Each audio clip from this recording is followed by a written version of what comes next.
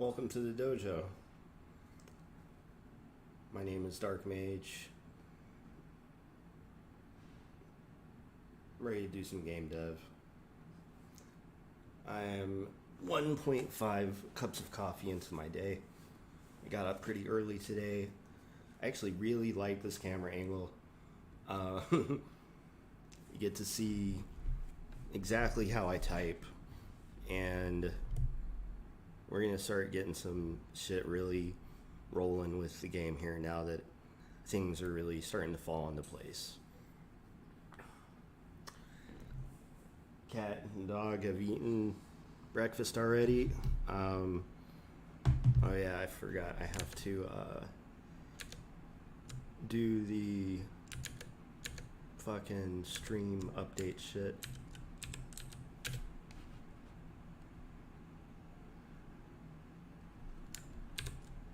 Let's see.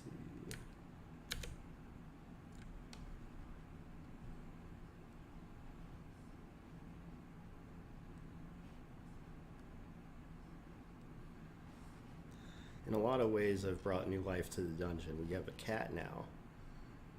It's been a little over 1 week, and they've been pretty good. It's been fun learning to live with a baby young. Well, they're not a baby, but they're a baby. They're like maybe a year old, like 8 pounds. Very small in comparison to the cat at my family's place. What am I looking? Oh, keywords, right? Yeah, there we go. So go over here. We update.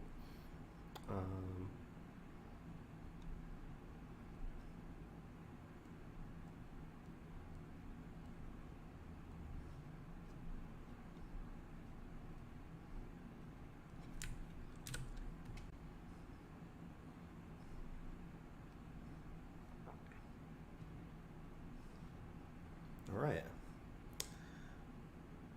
Now that that's taken care of, I'm gonna play the intro, and we're gonna get cooking.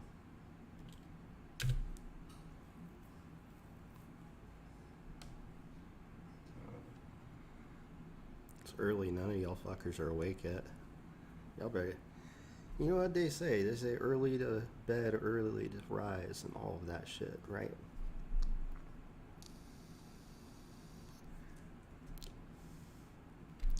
So, let's fucking go.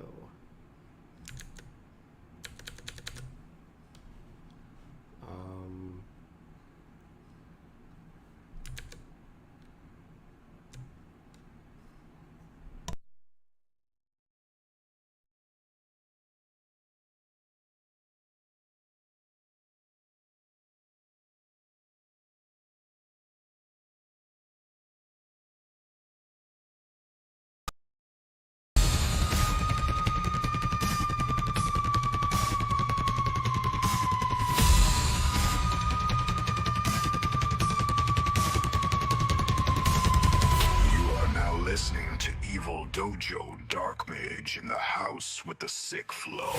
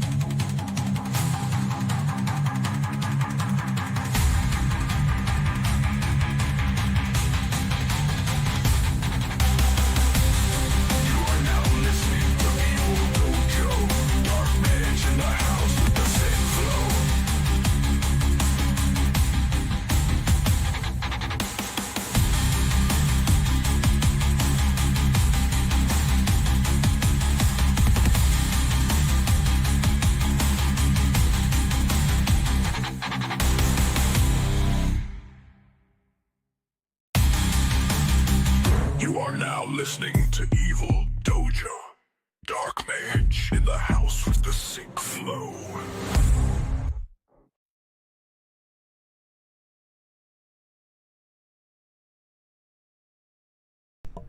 Alright, we'll just keep that one short. I'm ready to fucking roll. I don't want to wait. I'm gonna have to get up and get more coffee here in a little bit, but no big deal. We are not inside of Deep Sea Cappy Hour yet. But to be honest, OpenAI's token usage for the mini model has actually been really good. Relatively inexpensive. So, like,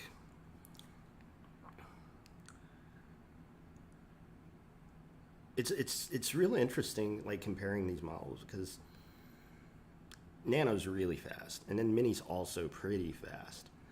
And I can tell out of the box that Mini does a better job than Nano.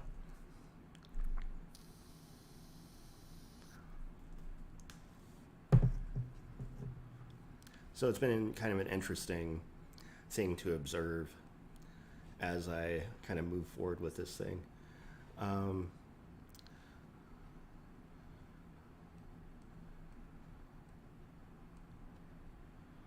Here we go. Where are we at?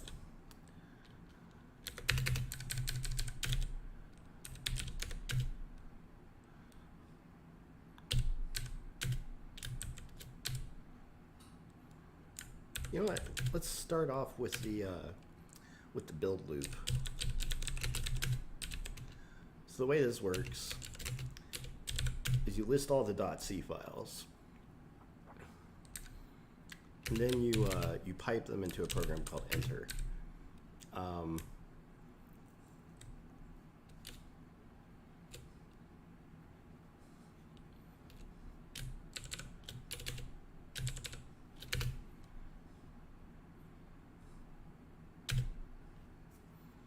And any time that a file changes, like a .c file gets saved, it will rebuild the whole game.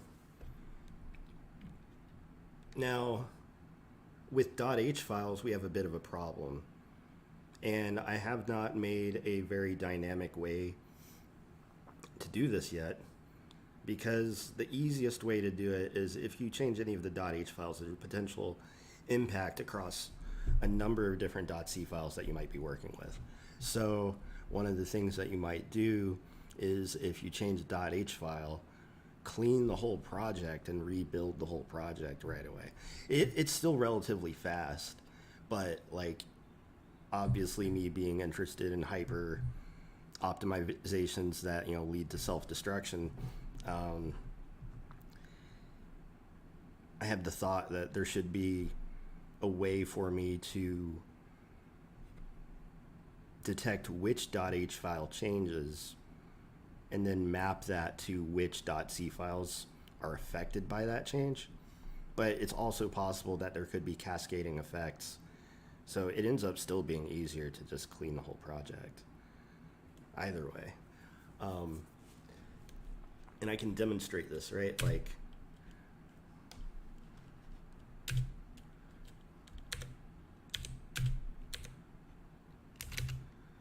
let's try, you know, saving the .c file, right, for libdraw.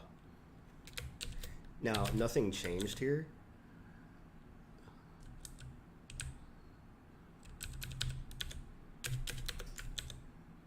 So naturally, there was nothing to do. But we made a file change here now. So now you can see that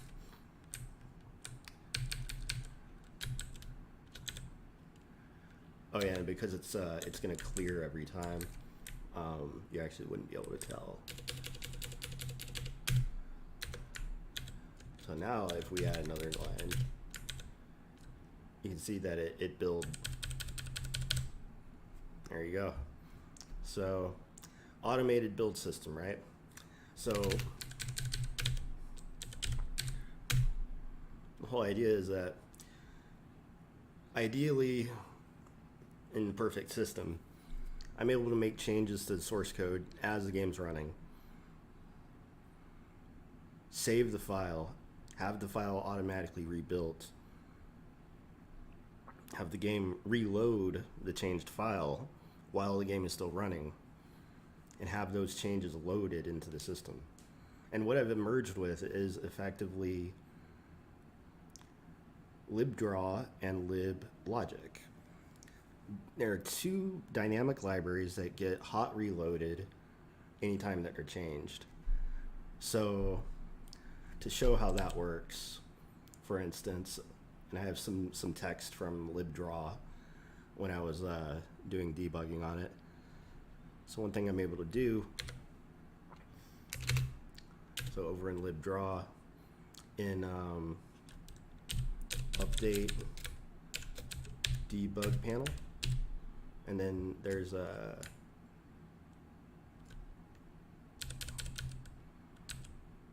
this little innocuous line of text where I copy 7777 into the buffer.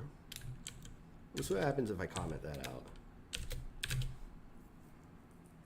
As you can see, the 7777 has disappeared because I'm wiping out the buffer every time, and this function effectively acts as a hook into the debug update, because the very last thing that gets done at the end of a frame is that the frame gets presented to the viewer, and then we pretty much loop back around to liblogic in order to process like the next frame of logic, because when the game is turn-based, it still operates on a frame-by-frame basis.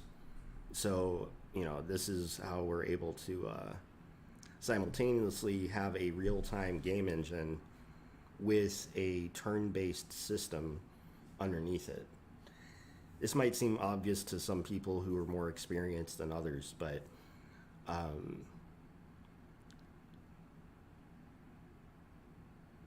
when thinking about these things, like from a logic perspective, the first way that I began thinking about the game's development many years ago was that I had no animation. I didn't have any animation, and it was planned, but I had not gotten to that phase of experience in actually implementing my own animation engine.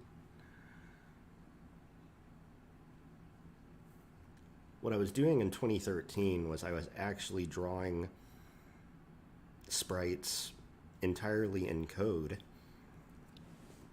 And what I did was I found so I was actually working in something called Cocos 2D, and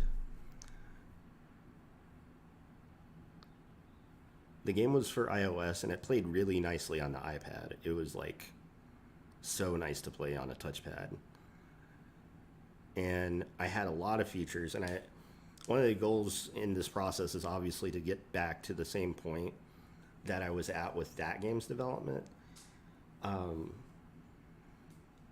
And I'm actually in a lot of ways kind of past it, but there's several features that are missing that could definitely be added in, and will be added in, such as doors and opening and closing doors, and having locked doors, and being able to find a key that unlocks a door, and having different keys unlock different doors,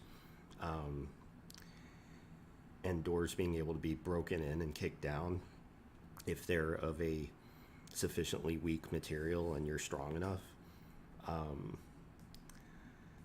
Like, that's just an example of one of the things that I had essentially cooking and working in a lot of ways in the game that I was working on in 2013. So it would be cool to get back to that point. Like I said, in a lot of ways we're already past it, But one of the things I had in mind for today was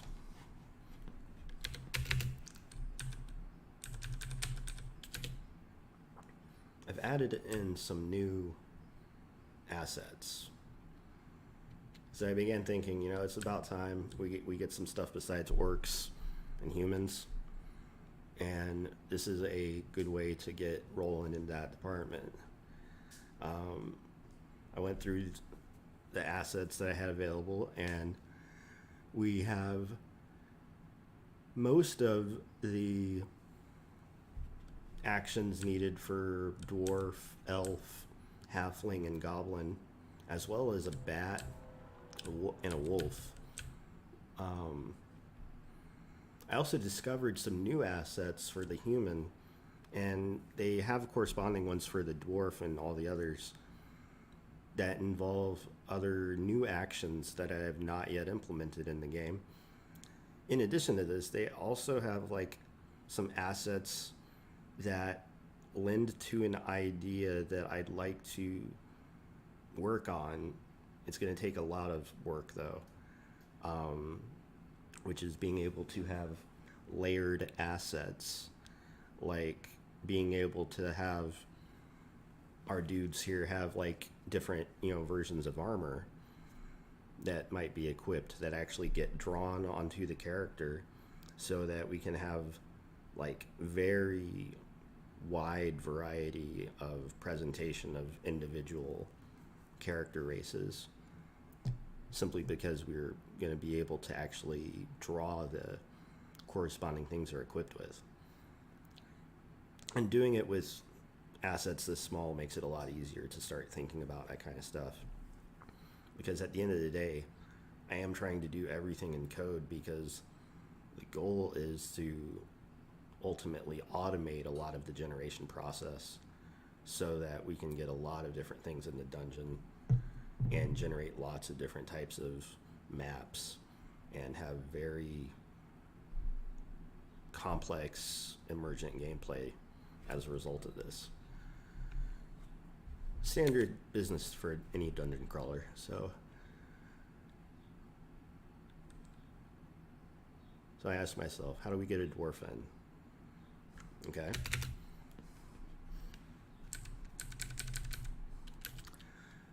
The question is, how do we create orcs to begin with? How do we create humans?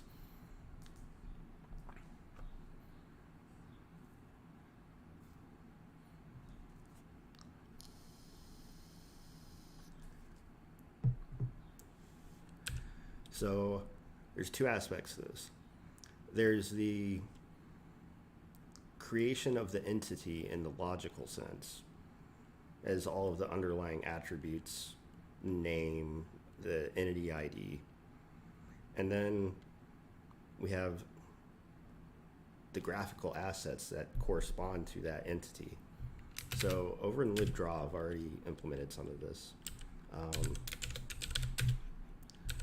I started with elves, because I figured that'd be easy. But now I think about it, we also do need the ability to create other humans, because it's also possible that the player's not a human. You might be able to... I'm probably going to let you select race and stuff like that. Give you some level of customization at the very beginning. So loading in the new assets was a matter of starting with the textures. We add the appropriate path for the new assets, along with their associated texture ID, number of contexts, number of frames, and whether or not we're dithering. So step one is it loads all of these textures, and in libGameDefines we actually create macros that correspond to each one of these new assets. And the key here is that this number has to match what's over in our textures file. So it's an unfortunately manual process at the moment, and there might be some way for me to smooth this out. Copilot helps out a lot in this regard, but at the end of the day, every texture has to have a unique identifier, and I figured just doing it incrementally, I shouldn't waste anything. So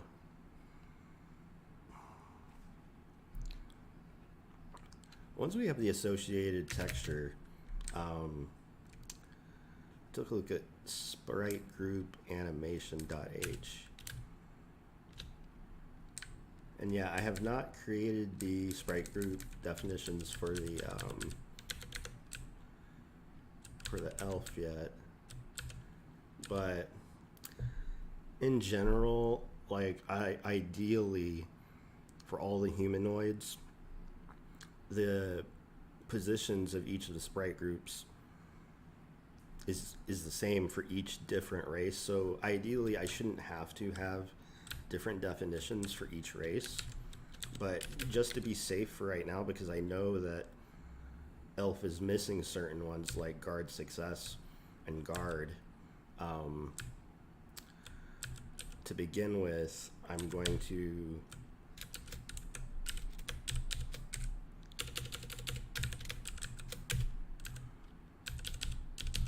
we're going to omit those, and then we're going to update these numbers.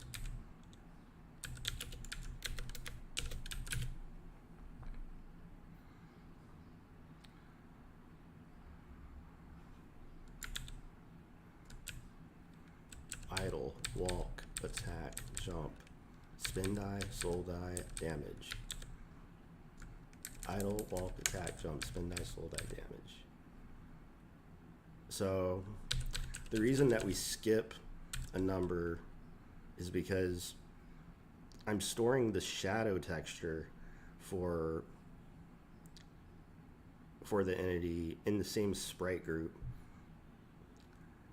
so that we can, given any particular animation context that we're set in, immediately have an index and grab the shadow for that humanoid. Because all humanoids will be expected to have a corresponding shadow. This is not necessarily true for items, but the shadow detail itself actually makes things look just a little bit nicer. What's up, Dulce? Good morning. How are you doing? Let's see. So, whoa.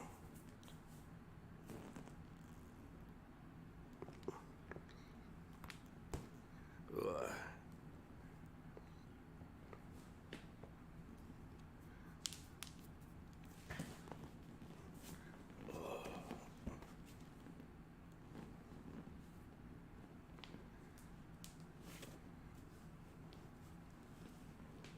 Fuck, that felt good.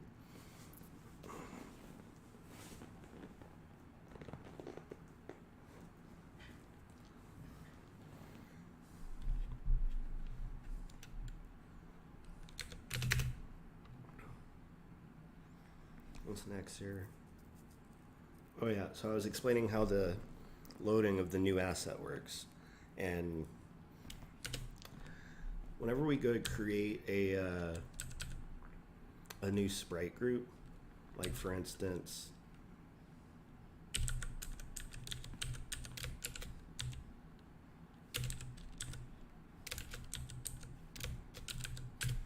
during the initialization process, and actually we're going to end up having to figure out, and it won't be that difficult, because if we were to, like, say, create a new entity in the middle of the game while the game's running, which of course we will absolutely need to be able to do, this function will get called on that, or like if we detect that a particular sprite group doesn't exist for a given ID, we will verify that it exists in the entity map, and if it does, then we will make sure that we call this function. I'm just thinking out loud, but in the very beginning here, we're going to actually create a new entity, several new entities. So as an example here,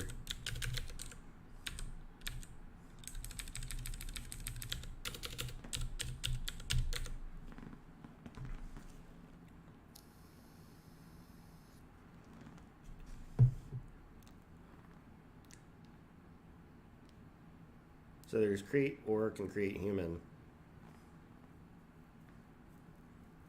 And I mean, the only difference between these two is the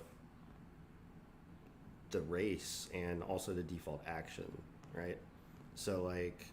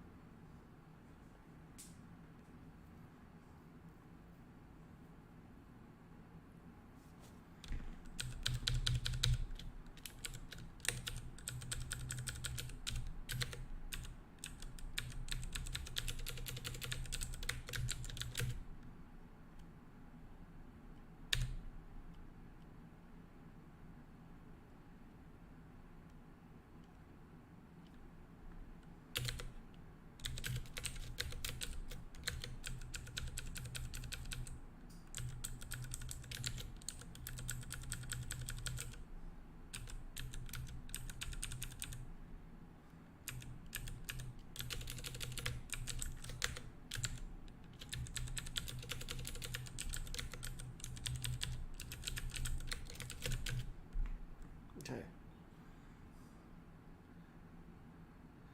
Um,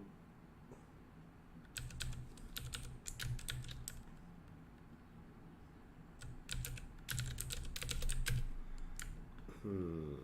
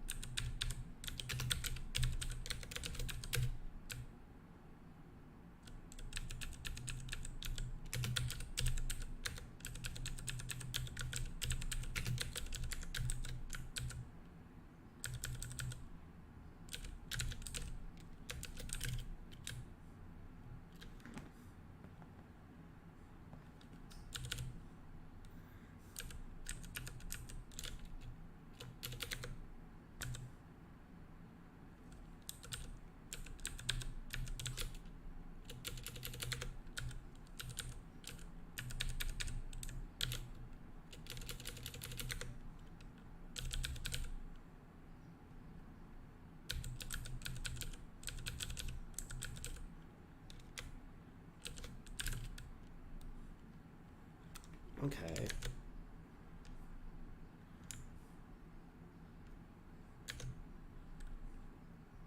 Nice.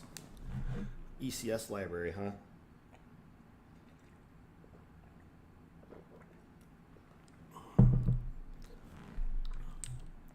Let's see. Oh, right. The create human, create elf.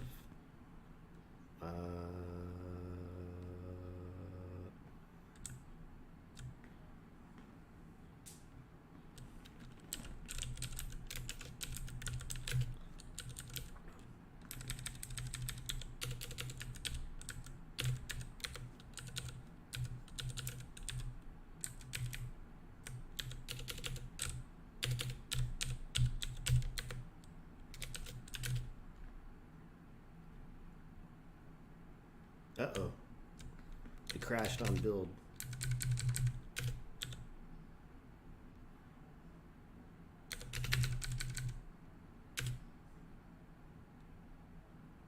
And it humans test.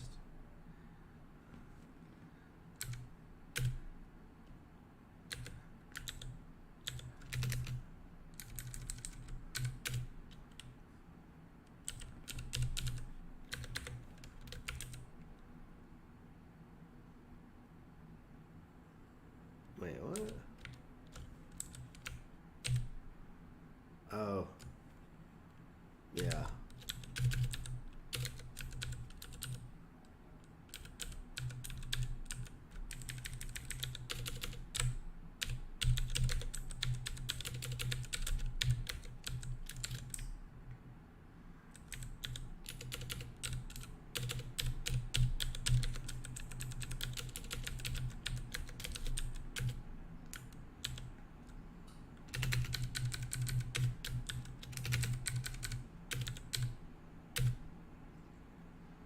All right, look at that.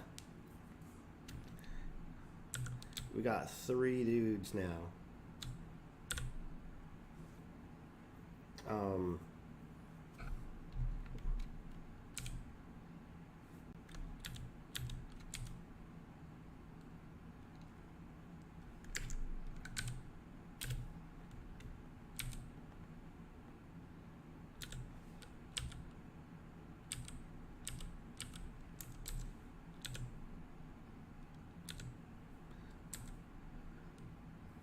Okay, so there's a problem with the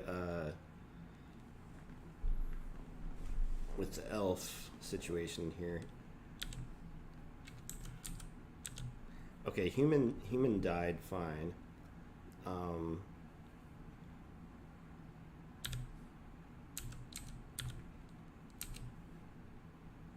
But the elf death somehow didn't trigger.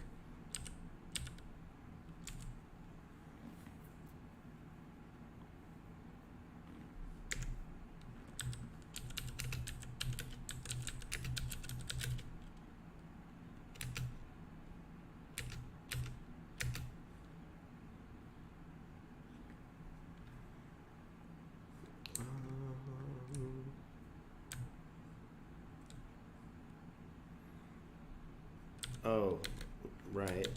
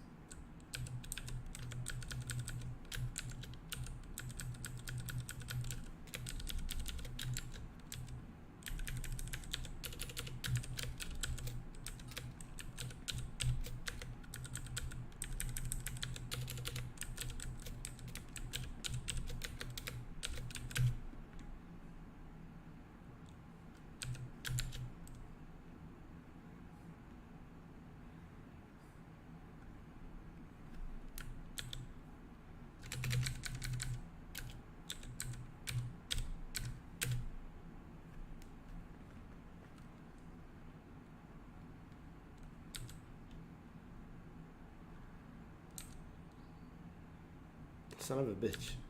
The guy got in my way. There we go. I also noticed the elf attack isn't quite picking up either. Okay, I loaded the wrong animation, or it's in the wrong order somehow.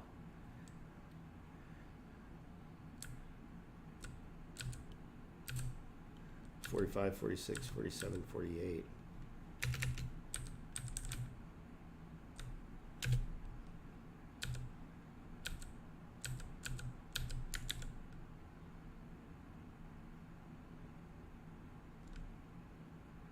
Oh.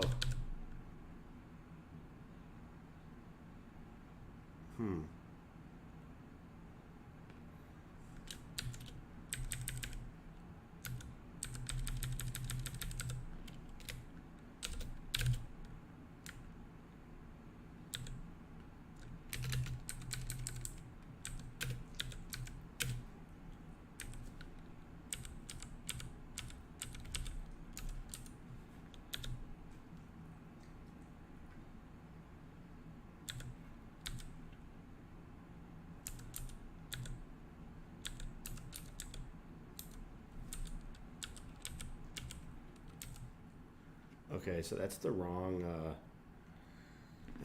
animation asset. And my dog just woke up. So we should probably step out so she can do some business. Okay, so this is the wrong asset. Not a big deal, we'll figure that out.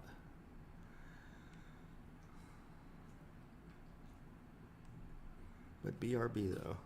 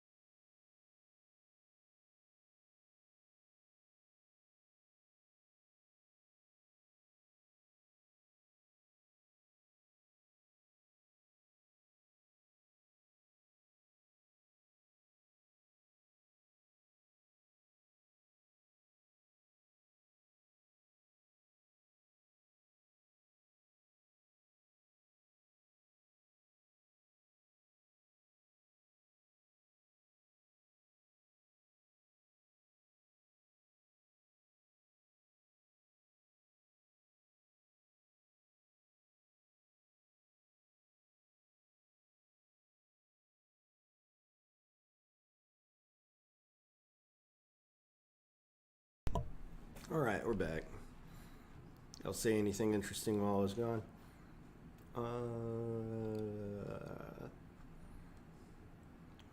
Yeah, this is a roguelike meat wad. Absolutely. At least in the beginning, it's going to be a roguelike. Way down the line, I mean, I hope to be working on stuff like this for years to come. Maybe in the future we can make other games besides a roguelike using these same graphics. We have to work things out first, though. Such as why the fuck my asset assumption isn't working here. So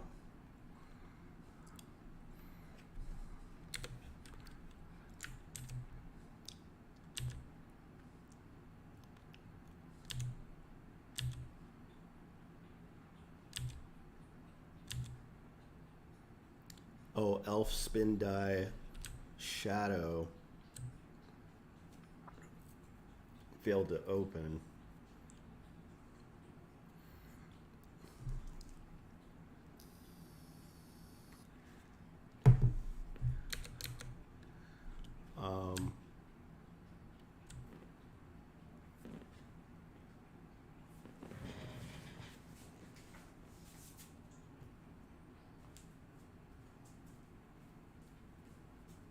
No, don't drink from that. Man. Gross.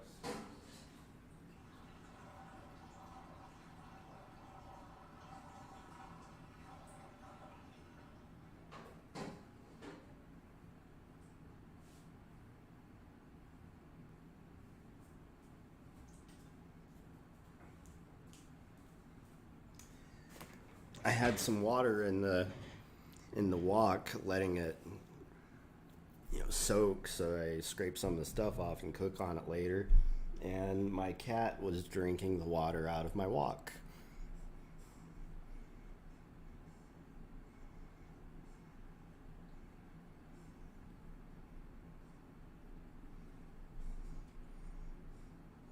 He's a fucking savage, dude. I should definitely get cats in the game too. I think that'll be a really important upgrade.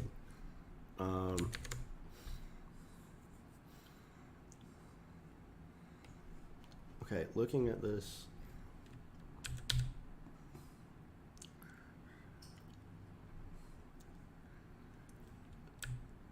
Data is not valid to load texture. What?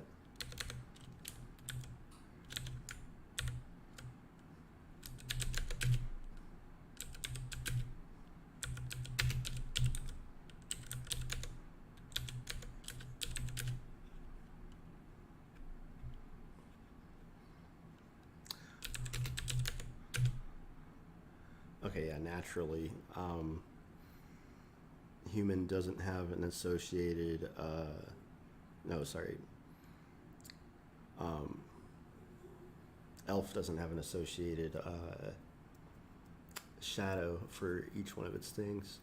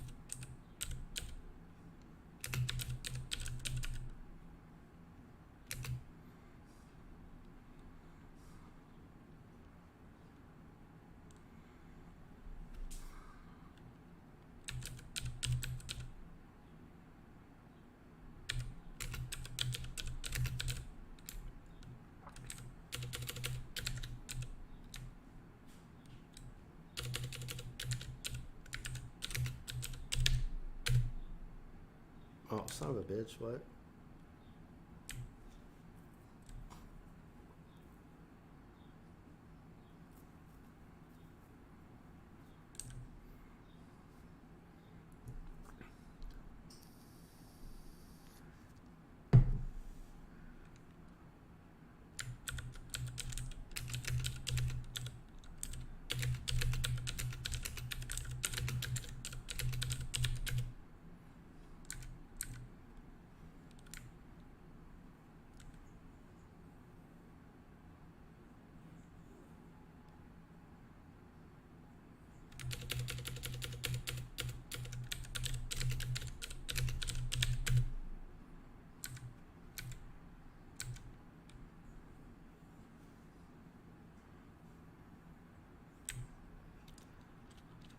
Oh, I get it, wait.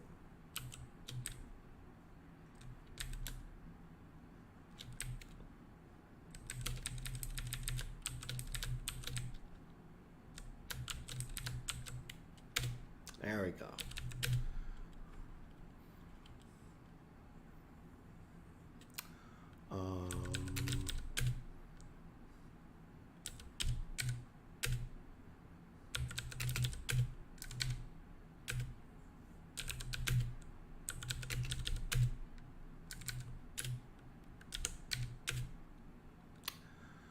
Okay, let's try that again.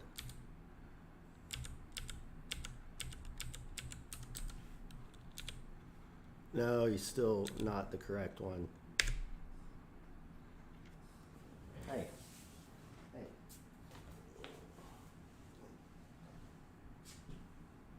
Why is my character not drawing the right graphic when I hit him?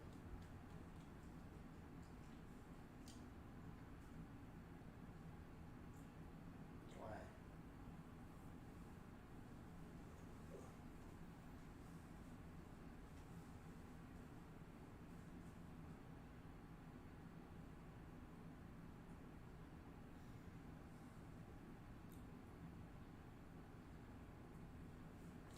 Oh yeah, there's several functions that we have to update in libdraw, right? There's we have to set is damaged, we have to set is attacking, we have to set all of those actually. I'm kind of jumping the gun a bit, trying to test this early.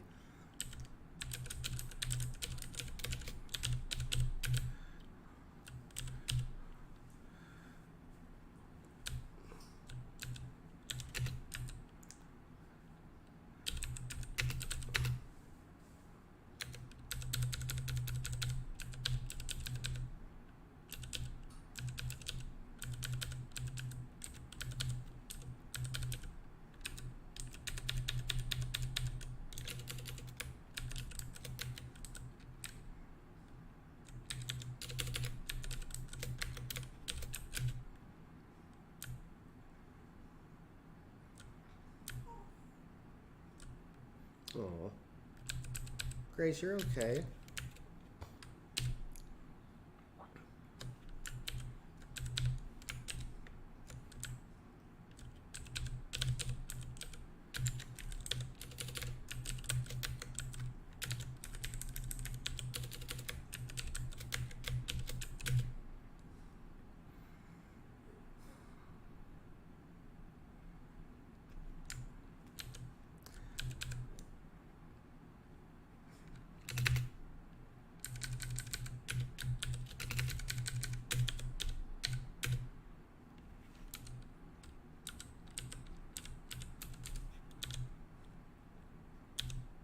Oh shit, it fucking crashed on me.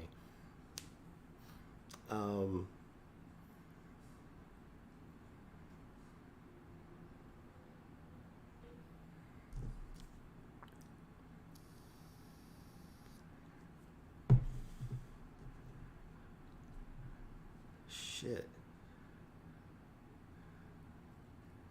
0 to 4.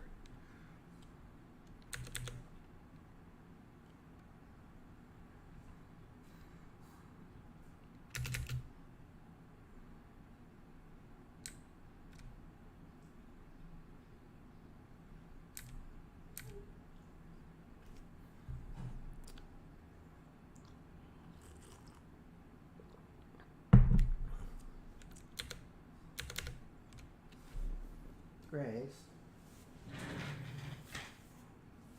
Help me out. I'm getting some weird bugs. Oh yeah.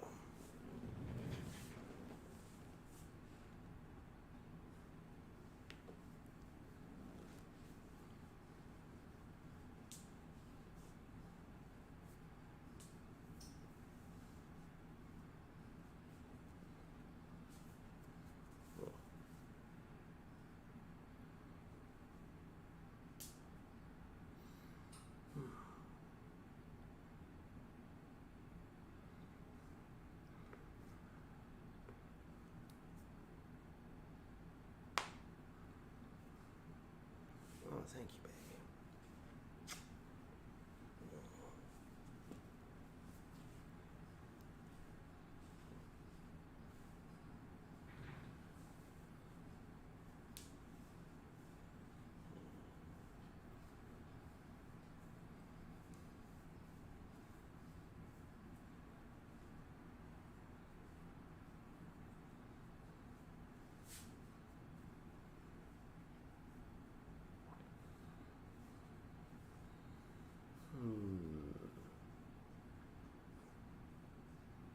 Index is out of bounds. Sprite group dot C line 119.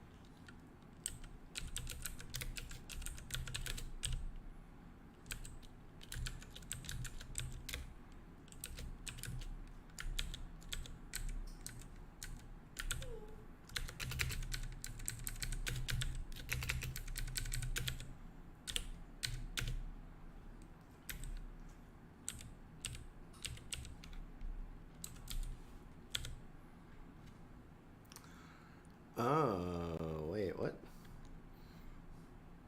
Did I count wrong when I did that?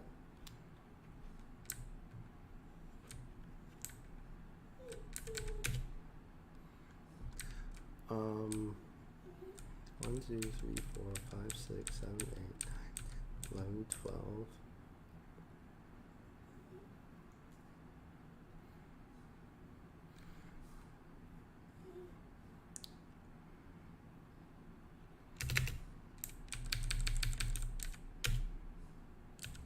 Oh, wait, 2, wait, 0.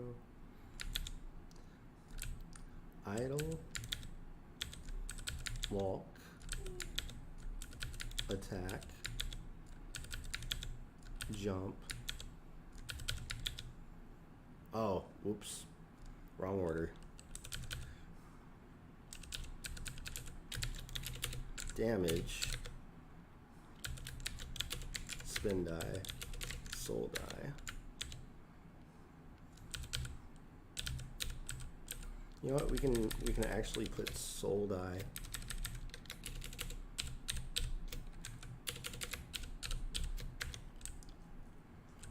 Increase the size. And that way I can actually have as an option, and we can play around with how they both look and feel. I believe this should actually fix that. But this would be a case where we need to actually clean and build again.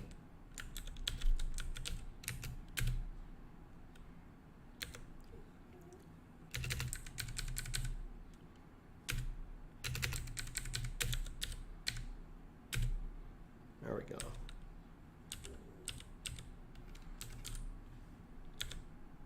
Oh shit. That's obviously animating incorrectly. That's fucking weird.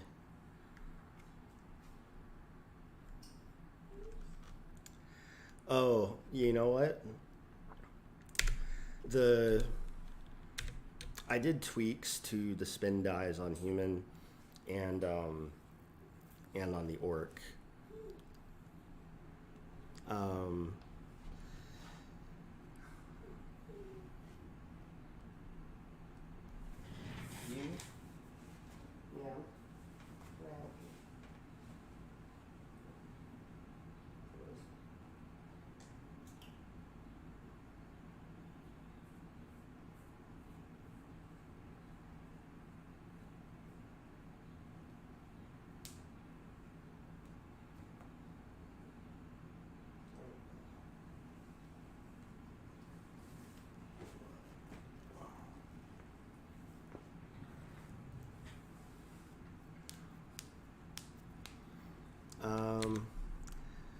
So I'm gonna actually pull that up.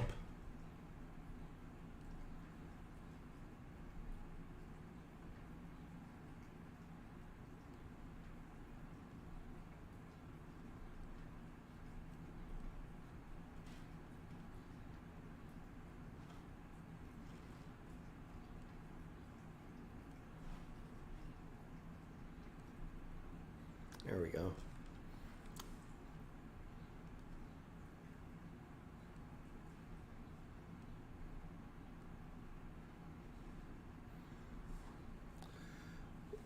So as you can see, there's two different versions of human spin die. There's this one, and then there's this one. This is the original, and this is the modified version.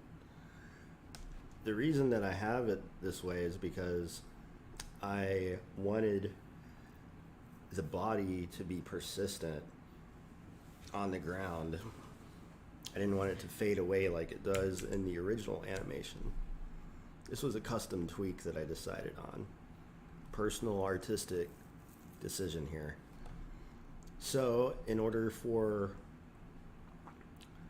our elf death to animate correctly, we're gonna have to do a similar tweak to its own death animation. So note that in the original, we've got 1, 2, 3, 4, 5, 6, 7, 8, 9, 10, 11, 12 frames of animation. In the new version, we have 7. That's why it's currently animating incorrectly.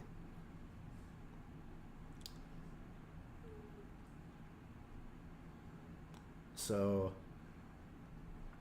1, 2, 3, 4, 5, 6, 7.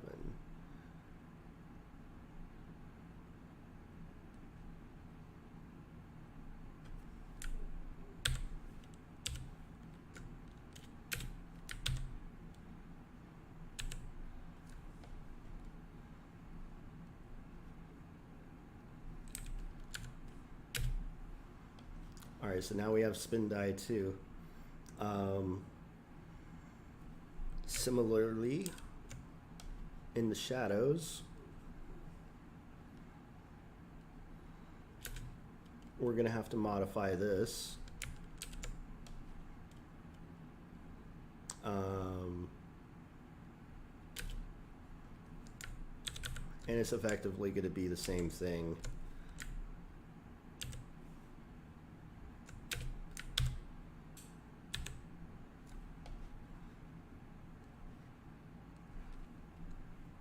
Elf spin die 2 shadow. So now over in the, I'm gonna have to do this for the other characters too.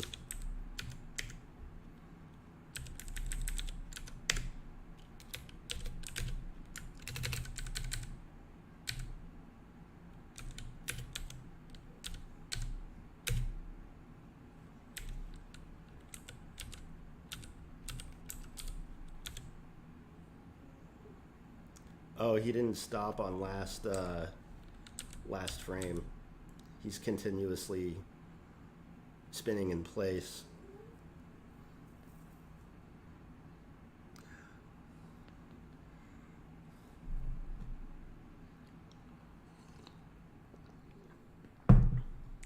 I might also reintroduce the offset that they present in the original spin death animation for the other entities, because it does involve me having to go in and manually tweak each of those dudes.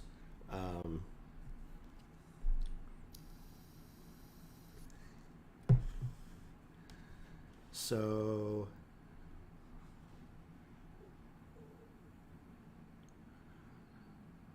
not to mention, I probably have to update it for the shadow too, now that I think about it.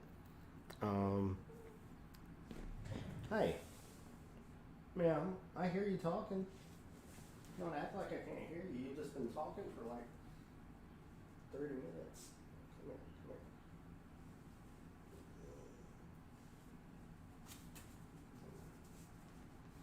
here.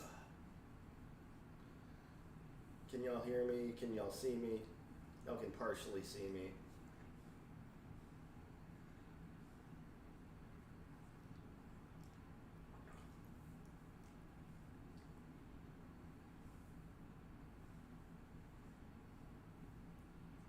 Do you want me to come to the couch?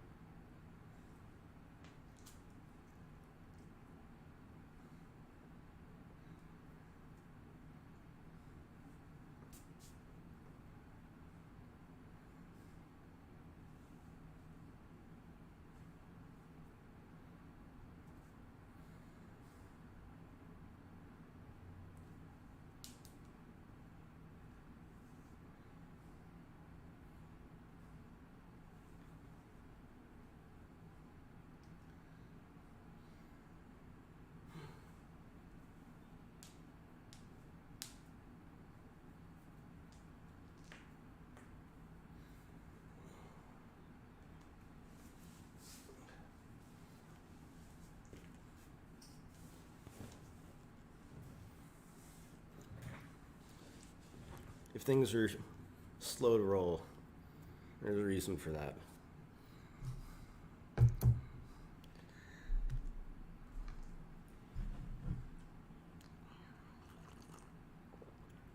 But I will not apologize for taking care of my grandma's and her dog, which is now my dog, but she's still her dog.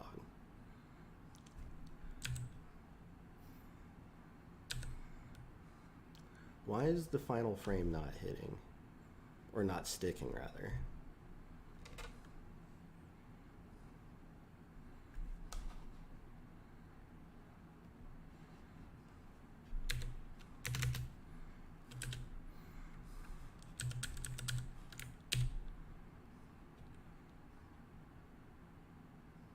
Ah, yes.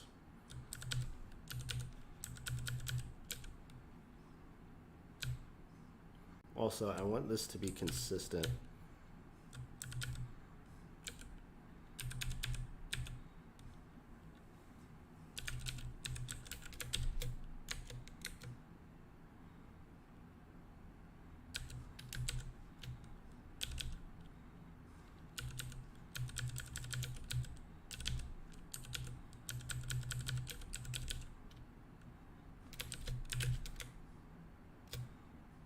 Yes. Oh, fucking sick. There we go. We got something that actually hot reloaded and demonstrated the change on the fly.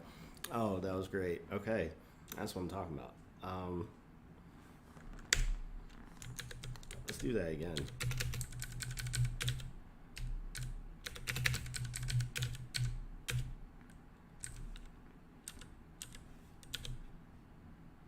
Okay.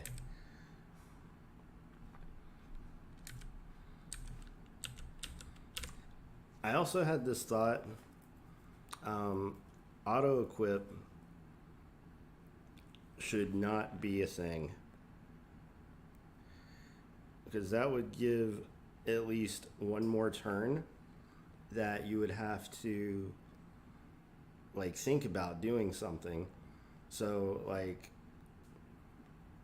you know, in a really tight situation, you might have to move one tile to like get a sword, then picking it up is one action as well, and then equipping it is another action. So in order to respond quickly to a situation, you know, you would have to do that. But before we turn off auto equip at the moment, one of the next steps that I want to do after we get these characters kind of taken care of is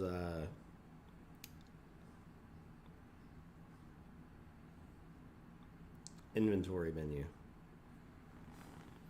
Is if we have a shield and a sword already, they should at least show up in an inventory, and we should also be able to see things like the characters, like full page of stats and stuff like that.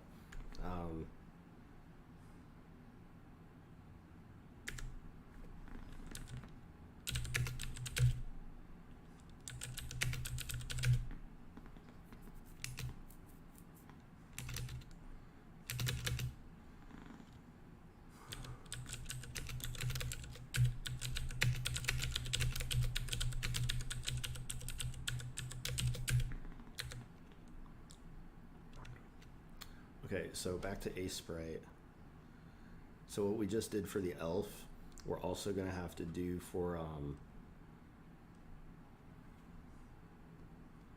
dwarf and halfling and goblin.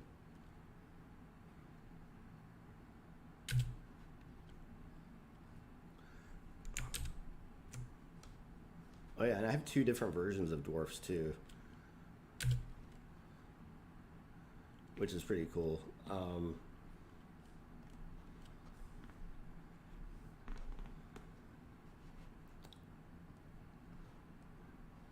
1, 2, 3, 4, 5, 6, 7.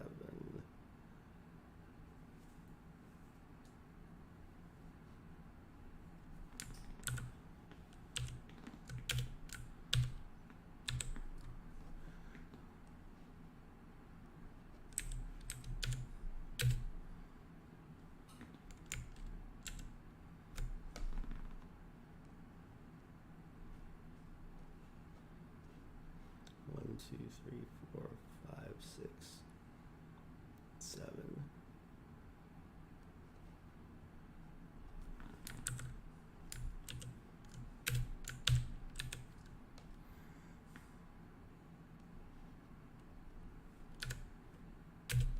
All right, there's our 2 dwarf spin dies. Now we have to do their shadows.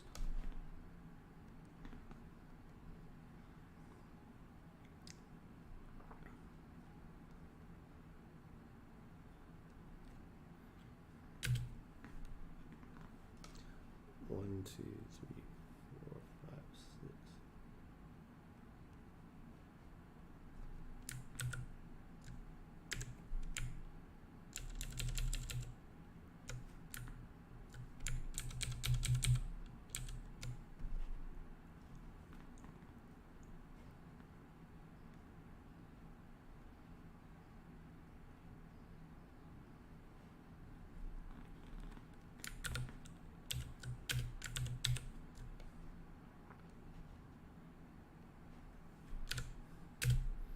All right, now back over in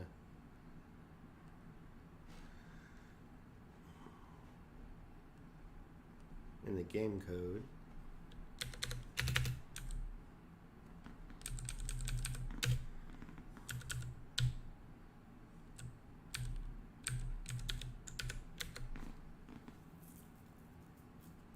We'll do the first dwarf first.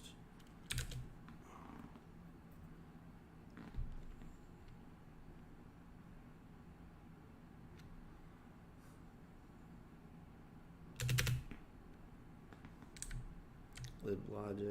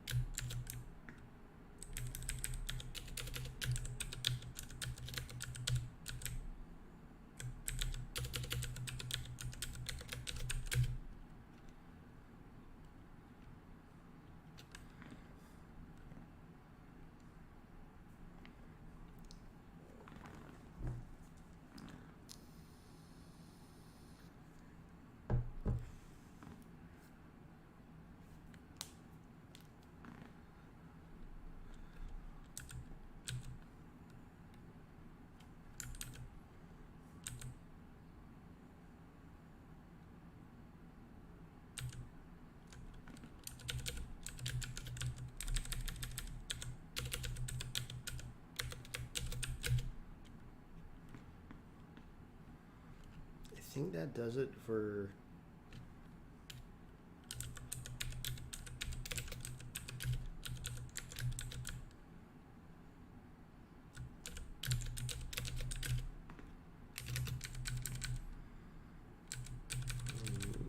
okay.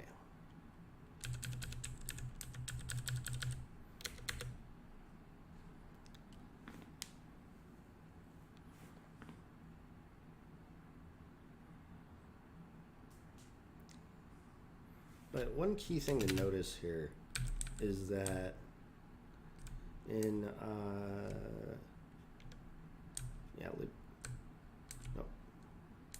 sprite group animation, I'm trying to do my best to like, and I'm gonna have to go back and like reposition charged attack in order for this to work with orc. I'm also gonna have to reintroduce spin die and soul die to human and orc to make everything like fully sync up, but the idea is still the same.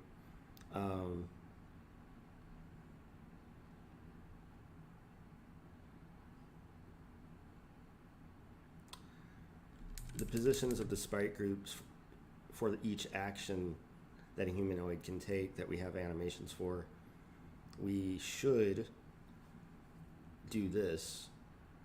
And I should also create a system where if we have actions that we're able to take that don't have a corresponding sprite group that we're trying to set, that we just have a default that we use, which is probably how I'm already doing it.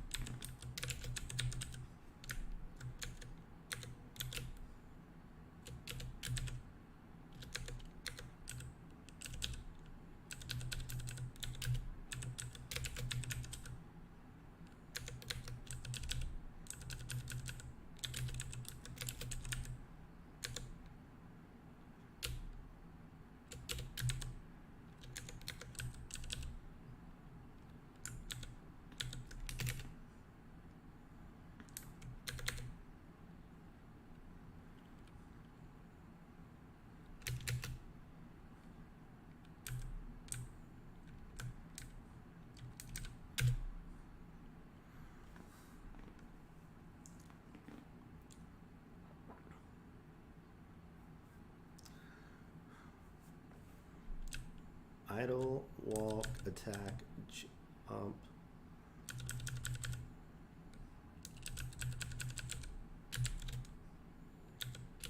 Damage,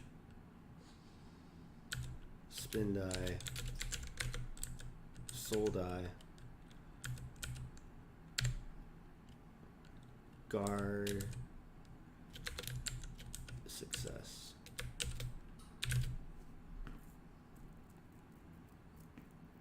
Because now this corresponds with these. So the first 12 are the same.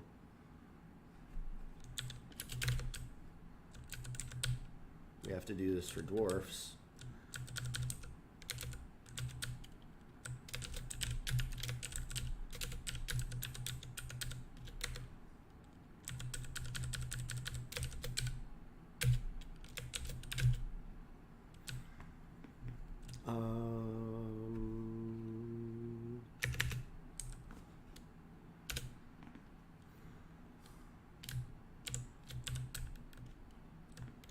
Oh, and I have to change the order over here now too, because I changed the order over there. Damage comes after jump.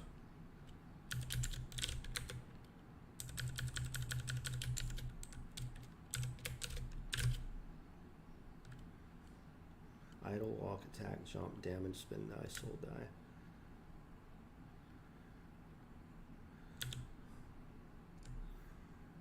Okay, so far so good. Because as I identify these redundant patterns, I'll be able to consolidate the way that I'm currently doing things, and it'll result in cleaner code in the long term.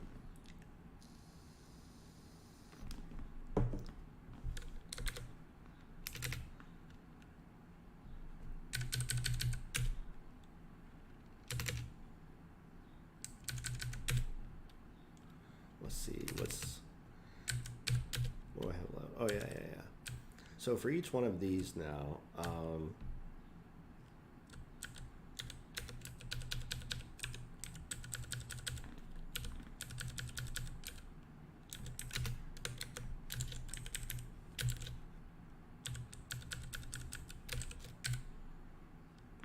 dwarf.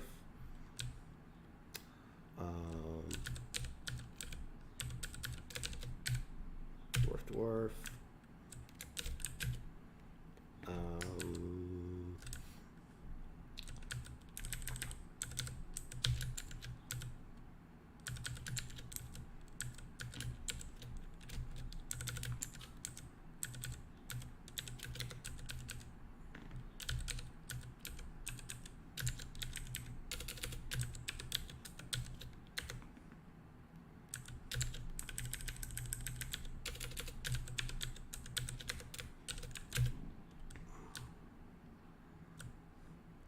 So at the moment we're not doing any blocking animation for the others because I have to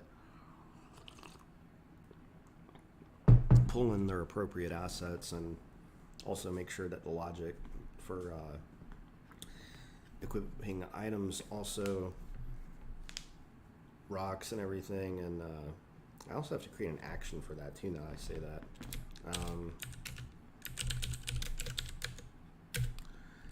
So we have this big list of entity actions.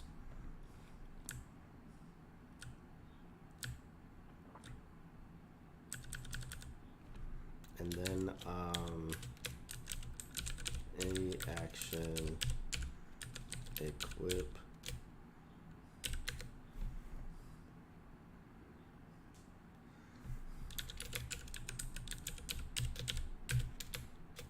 equip weapon, equip shield. We'll start there. Not doing this immediately. It's kind of whenever you see something that you know that you're going to need in the future, you know, it's a good idea to try and write it ahead of time. Set block success, update spray attack. Oh, here we are. Wait, we did that.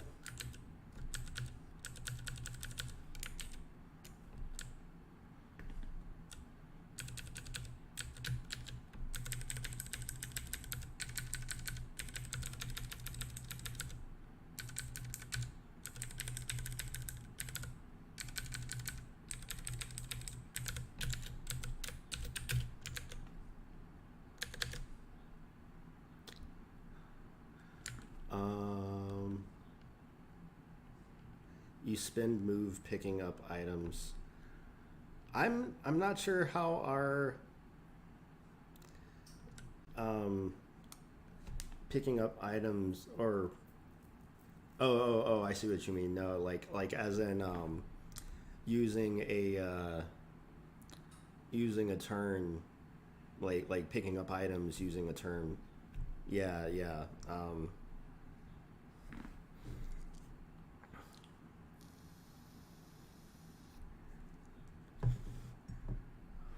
Like in Sheeran the Wanderer, um, whenever you walk over an item, it automatically gets added to your inventory if you have the space for it. Uh, wow, very cool. I've been coding in C++ for 3 months. Here I'm reading the chat right now. I can't understand the code. Well, if it makes you feel any better, I've been coding in, well, I can't say C++ specifically for the whole time, but I first picked up my first C++ book when I was like 12 years old, and I'm 39 now. So that was 27 years ago, which may or may not be older than you are. It just depends on how old you are. Like, if you're younger than 27, then I first took I began taking a stab at C++ before you were even alive, if that's the case. But like I said, if it makes you feel any better, the reality of the situation with C++ is that you don't have to know the whole language to build stuff. You don't have to know every possible thing that you can do in it, because there's so many different things that you can do in it that it's like, I always like to use the phrase, there's a million ways to skin a cat, right? Which is kind of fucked up because I got a cat now too. But it's really the truth. You've got all of these different ways to do basically the same things, and we just got a fuck ton of viewers. Hell yeah, that's what's up. How y'all doing up on YouTube? How y'all doing on Twitch? Appreciate y'all showing up.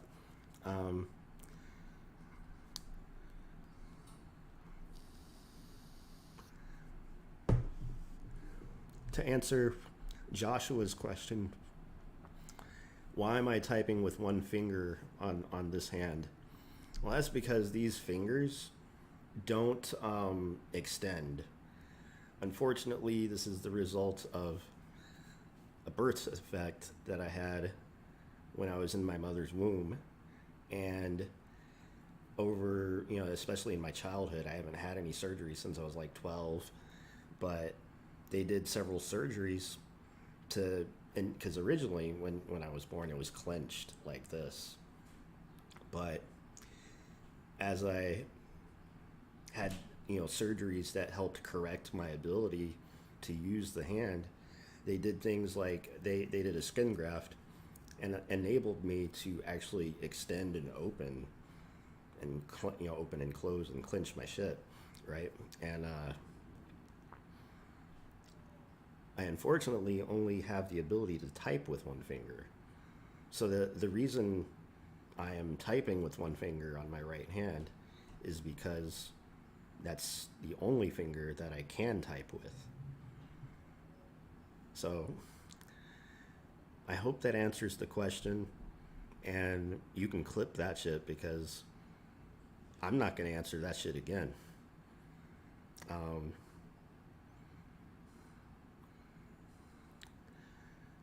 have at least 1 year experience in Python and 3 months in C++ for robotics, and you're 12 years old. That's pretty good. Because I was 12-ish, like 11 or 12, when I first began working with QBasic on MS-DOS. I didn't even have graphical windows yet, and I beat all of the games that I had on the Super Nintendo, and decided, after I read all of our Encyclopedia Britannicas, that I was kind of bored, and it was about time that I check out this thing called a computer that my grandmother had gotten for me. A client of hers at a business she ran upgraded their personal machine to a Windows 95, so they were getting rid of their Tandy 1000. I think it was a Tandy 1000. It was a Tandy for sure, but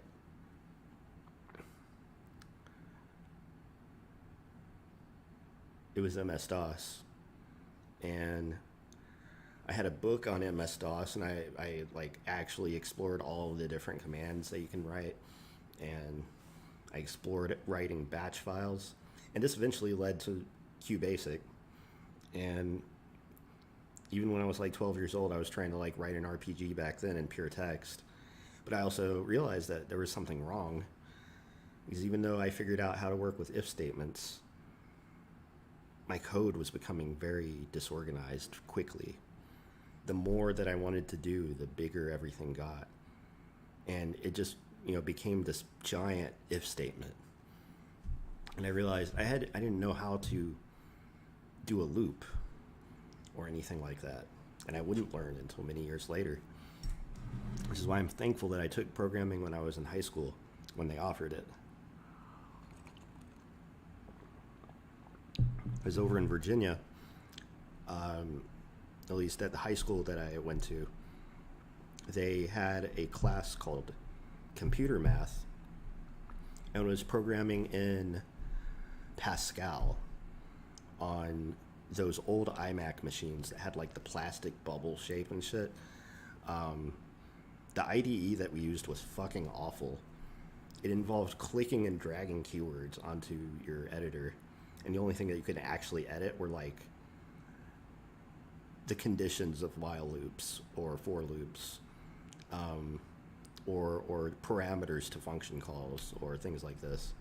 It was awful, but it was also my first formal computer science education, and the same situation over there happened as it did over here in Texas. I out-accelerated everyone in my class.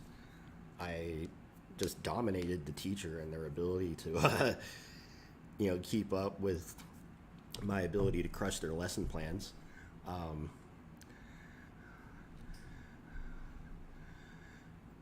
Scratch. Oh, yeah.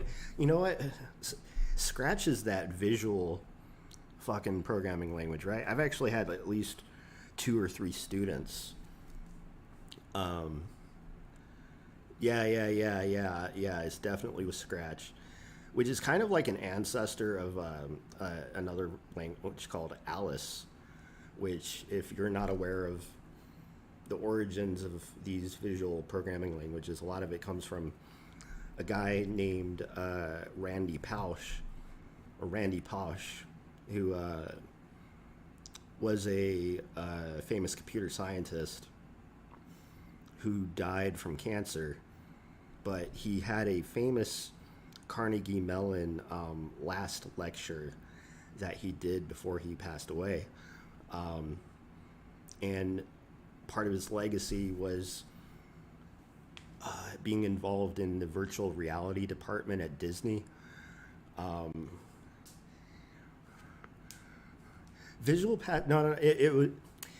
wasn't Visual Pascal. It might have been Turbo Pascal though, like Borland Turbo Pascal. It might have actually been that.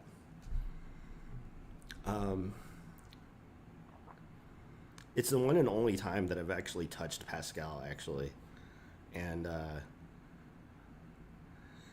it would be kind of interesting to, like, I've always thought like good side projects in the future might be to go back and explore both BASIC and Pascal and other languages for potential as embedded languages, because I had a really fun time getting Lua to work in the game engine. Implementing and embedding liblua was very easy, but I also realized that there's a lot to Lua error handling that I just don't quite get yet, and I thought it might be kind of not only beyond the scope of trying to like do everything that way, but also just, you know, a lot easier for me to just think in one language.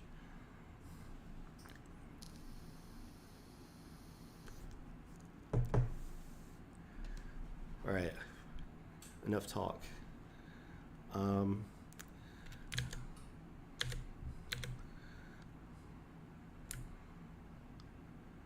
I think we have everything that we need to test dwarfs now.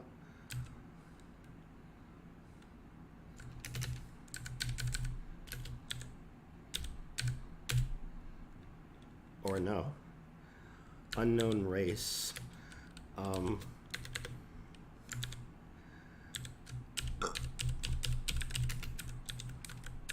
whoops, no, okay, we're at everything except for the stuff to load it.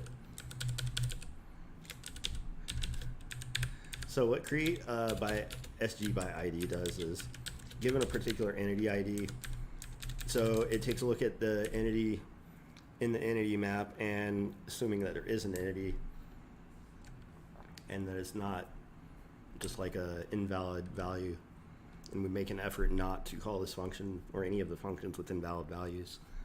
Otherwise, we crash the program.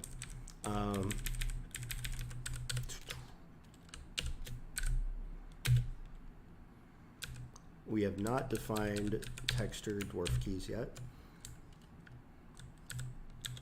Oh, that's right. That's why I was doing this. I was lining it up so that we could just copy paste and swap these out, because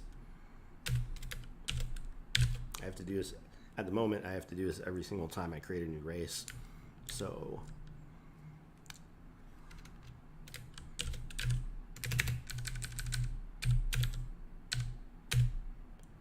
all right, there's our dwarf. Fuck yeah. And he hit me, that bastard. And his ass is dead too. But the shadow fucked up pretty bad there. I don't know if y'all caught that, but the shadow definitely fucked up.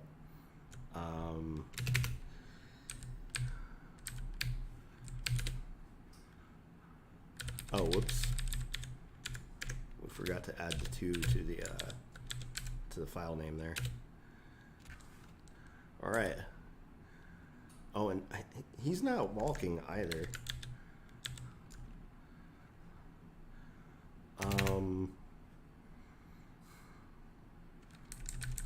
The same thing with the other ones.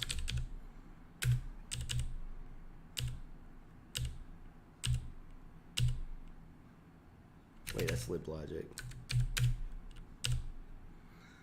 Okay, yeah, we forgot to do it for the other races too.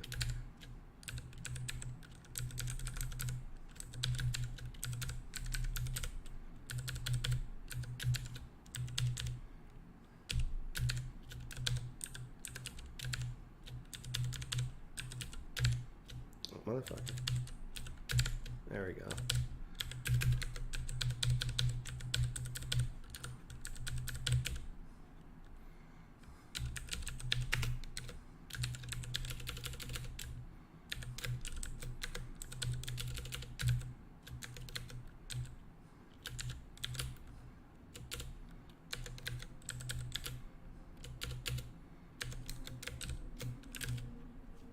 Okay.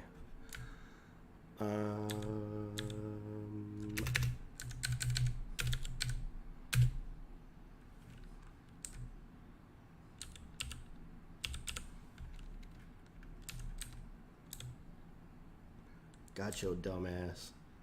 Now you a dead ass dwarf, bitch. This is feeling good.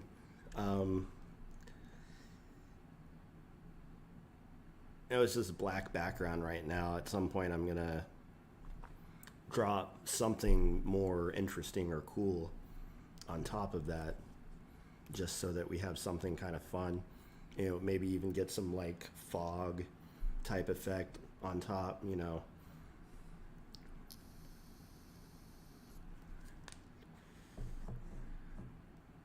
like a skybox. That's what they call them. Okay, so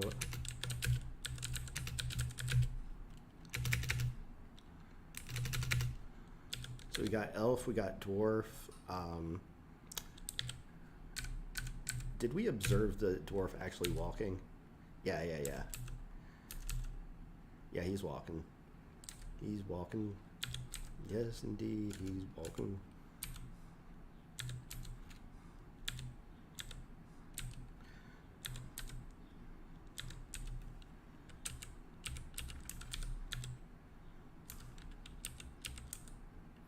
Okay. Yeah.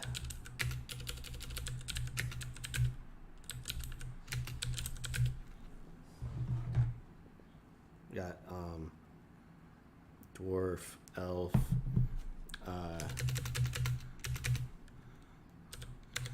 we still have to do halfling and goblin.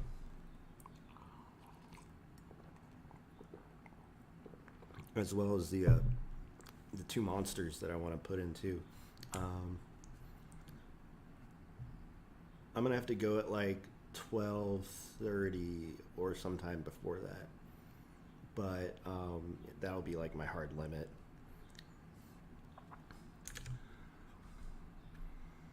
Let's see, checking chat again.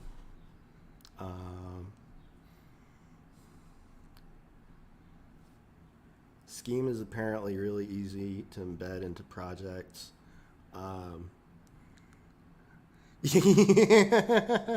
Dulce, I am not gonna fucking do any motherfucking thing with Lisp until I've gotten a lot of other shit done.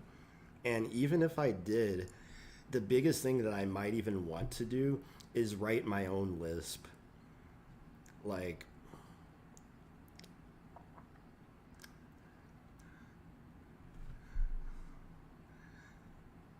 I may have mentioned last time, but there's a really good article by John Carmack. I'm going to pull it up right now.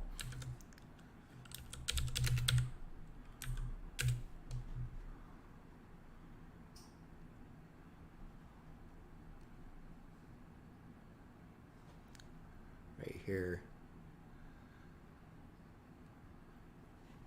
Shout outs to John Carmack. He's one of the reasons I do this shit. Fucking love Doom.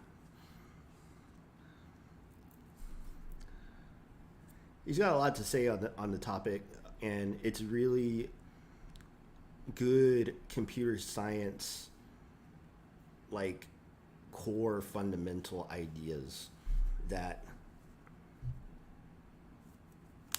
were not stressed enough when I was in school, I feel. At the same time, I had to write a scheme interpreter in Scheme for my final project in programming languages class, which I took twice. The first dude I took it under now works at Google. He was a good teacher. It was a very hard class.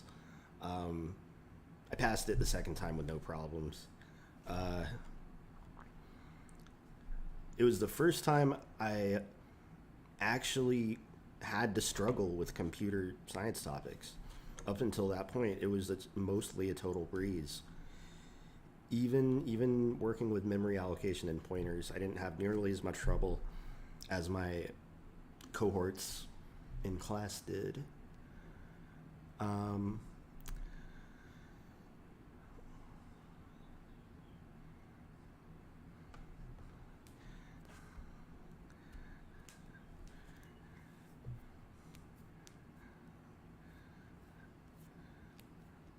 I mean, one of the big aversions to me, even working in the Lisp is parentheses management. That itself deserves its own fucking blog post or article in order to,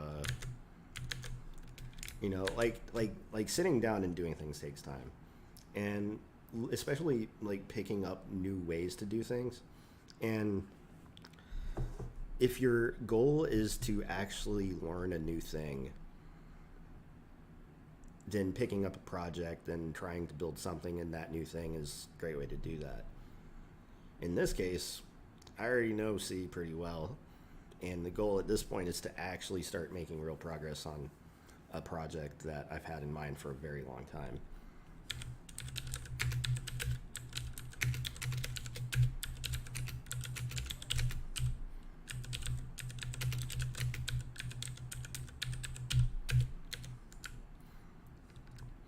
Let's get halfling.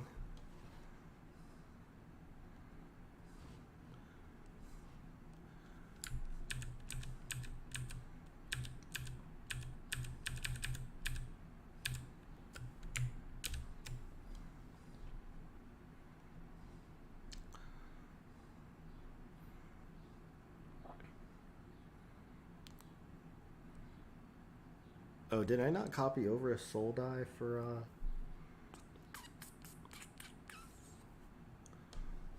halfling?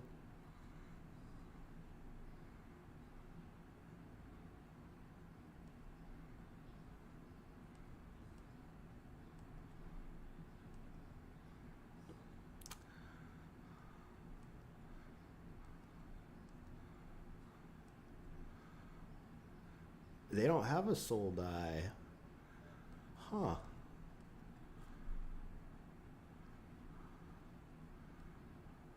I wonder if he just accidentally forgot the asset. I mean, there's not one over here either.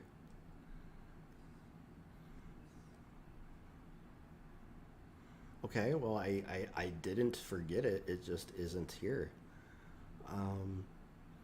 Every so often, I find a little boo-boo in the asset pack like this, which is fine. You know, it's something we'll just have to deal with. I'll try to reach out to him and see if I can't get the get him to update that pack.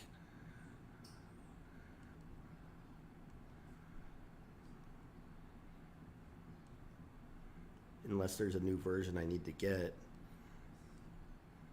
But he's been pretty good about updating us through email whenever he's got new stuff.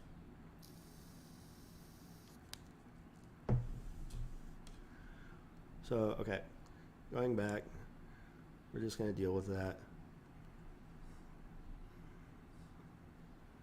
Halfling spin die. So remember, 7 frames, 1, 2, 3, 4, 5, 6, 7.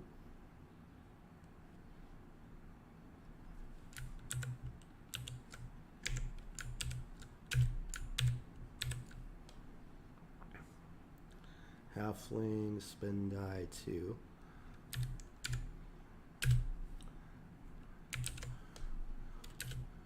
Now we'll go in here and do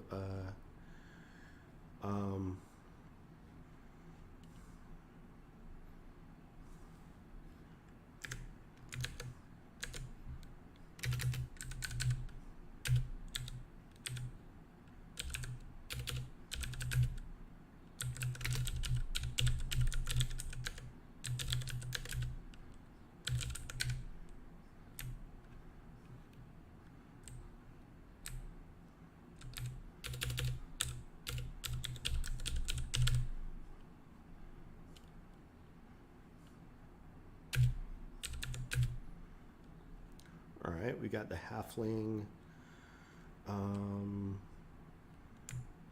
shadow stuff.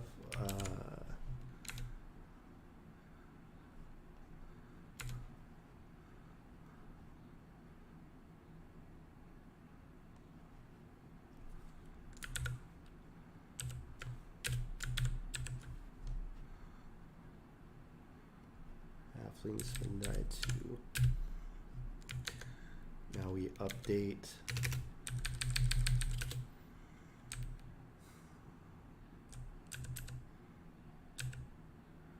halfling spin die 2 and then spin die 2 shadow. There's not going to be a soul die at the moment.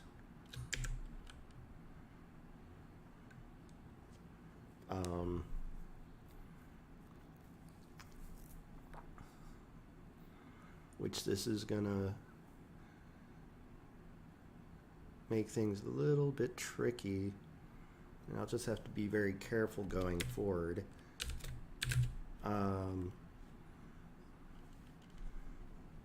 So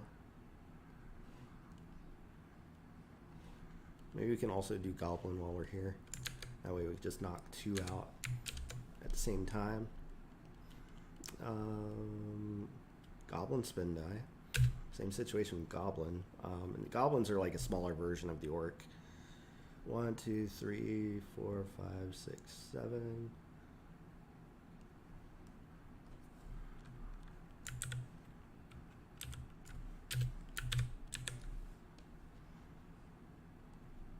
Goblin spin die 2.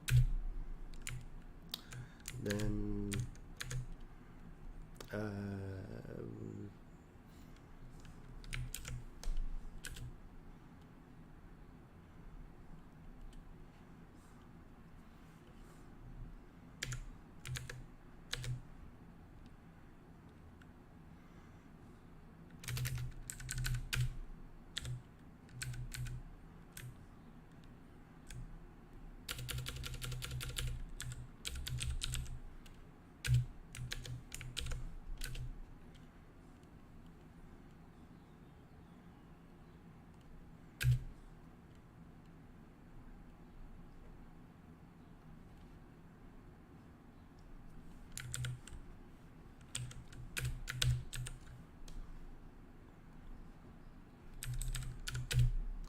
all right.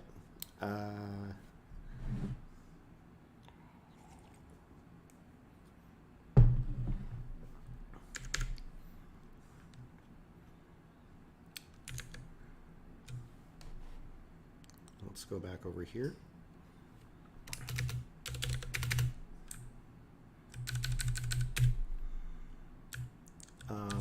Goblin, yes. Goblin spin die 2. Okay, we got that. Oh yeah, and we got the bat and the wolf to do still too. But let's do halfling and goblin first. So now over in lib game defines, halfling. Let's make sure these are synced up. Halfling idle begins at 49 and ends at 62.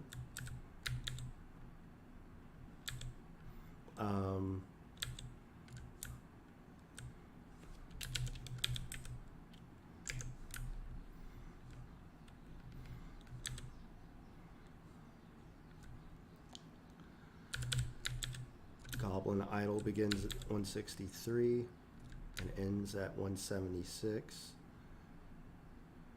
But they also don't have a soul die.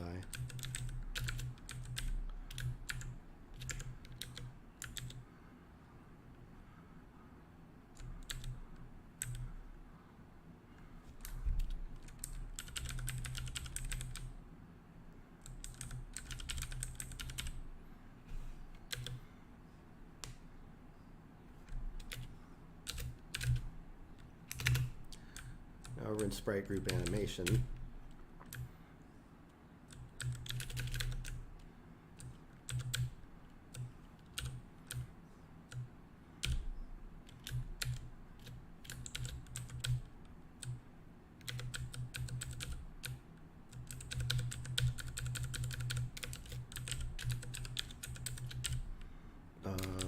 halfling.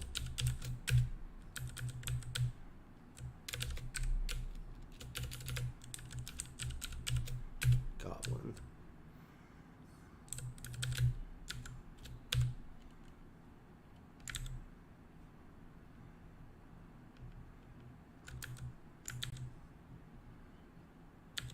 Oh, damage should come before spin die.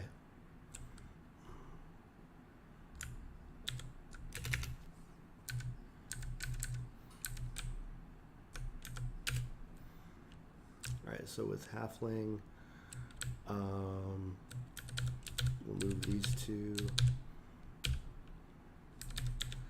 57, 58, 59, 160. This would be 161 and 162. Similarly,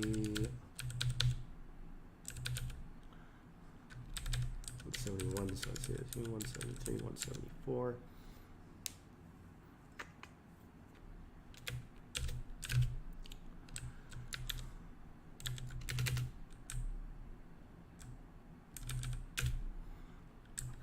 Alright, so let's examine 149, 150, 151,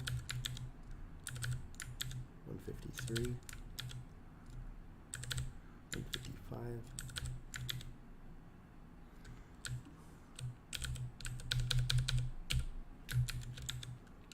157, 58, 59, 160.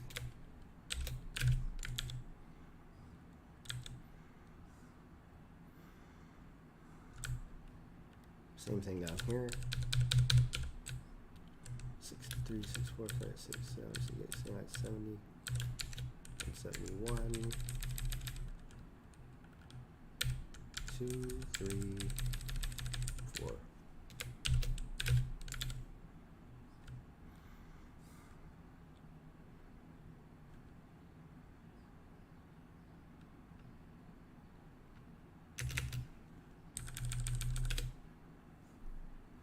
Idle walk, attack, jump, spin, damage, spin die. Yeah, so they also don't have a soul die.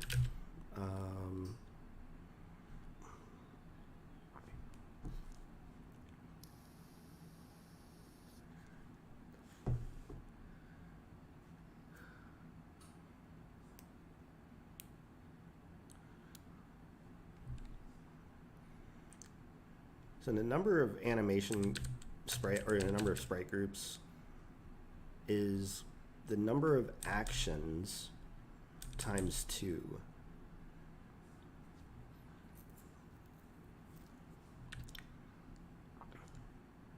But at the moment, we're kind of hard specifying this over here. So like,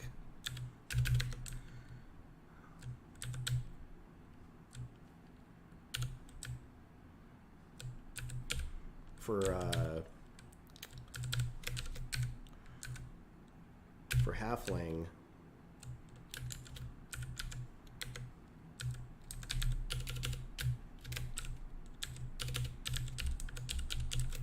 and I just noticed a bug up here too.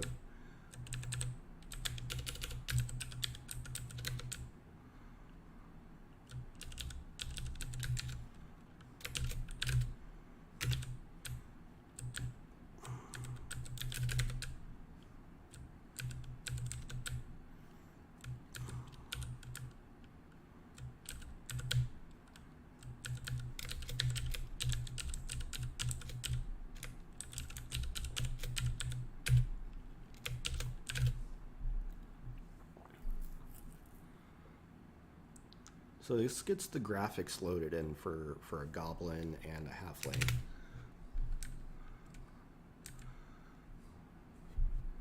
Now we need the corresponding creation functions.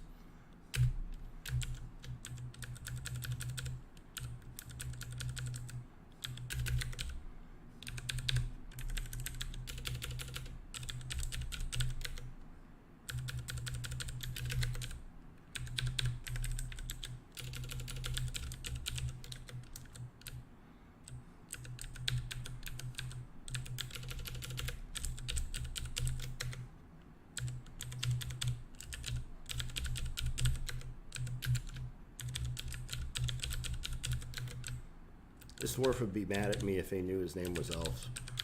So let me fix that too.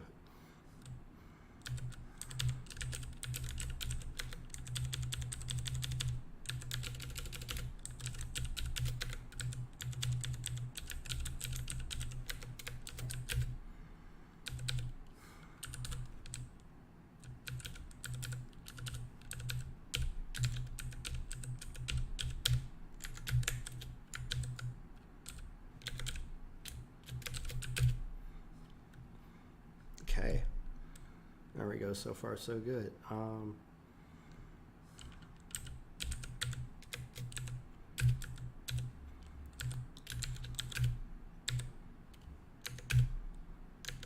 There we go.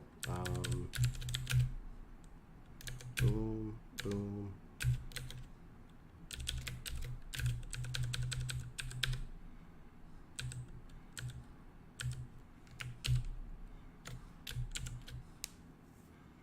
Humans, orcs, elves, dwarves.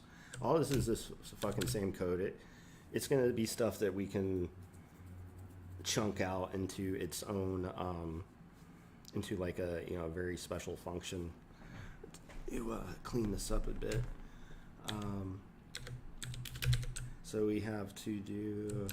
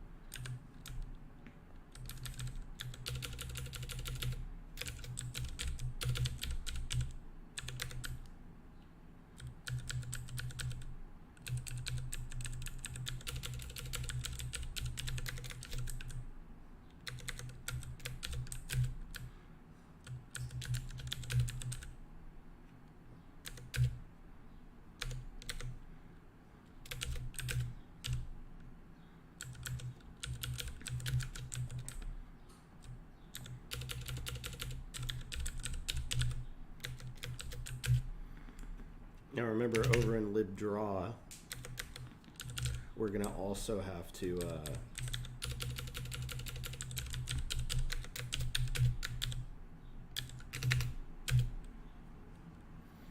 for each of these corresponding things,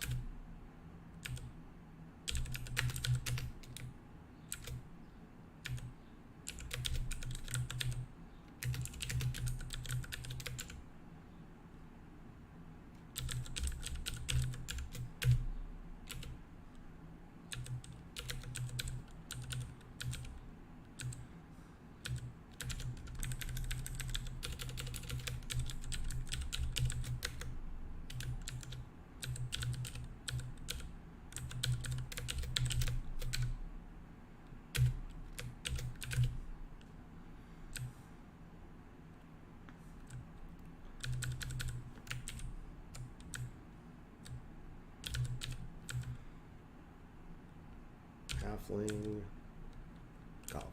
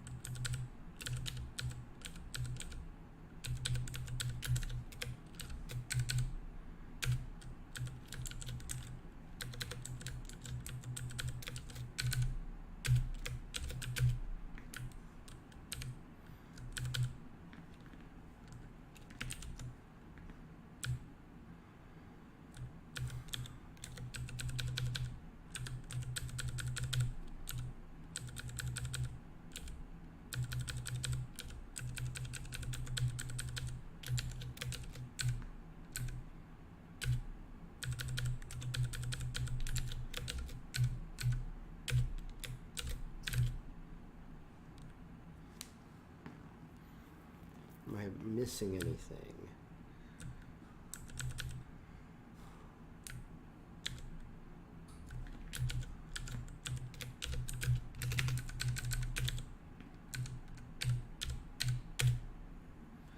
Uh-oh. Unknown race. Huh.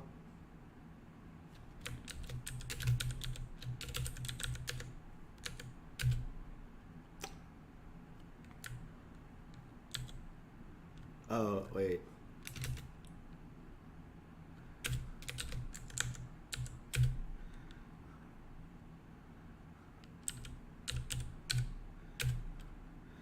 Oh, yeah.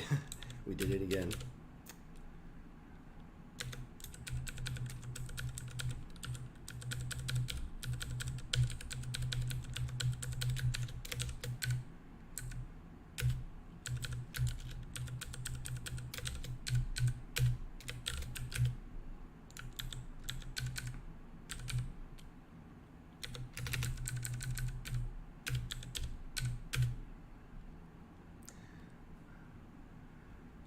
Okay, so that's supposed to be the halfling.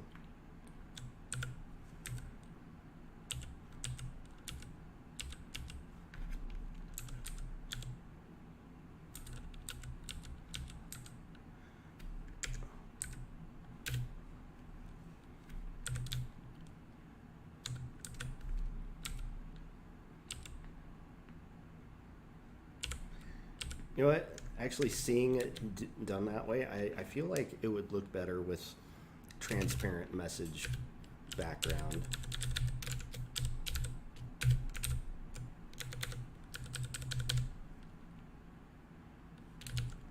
It was originally at 0.8. Let's do it at 0.5.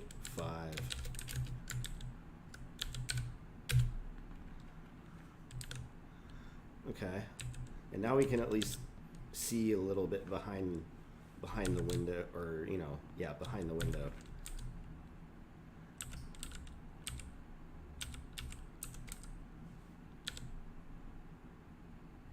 There we go. That's not too bad. I feel like in the message history, I've got too much padding, and I also feel like I need to clean how I do the padding up on that, but even though it's like not that big of a deal,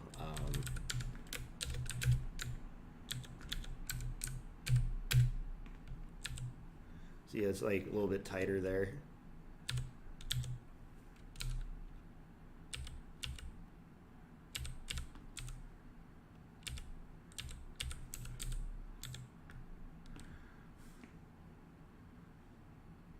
That doesn't look too bad at all. I wonder how the HUD looks if we were to draw it like at the same font size as those other elements. Like, I keep going back and forth on stuff like the font size, even though it's really an innocuous detail.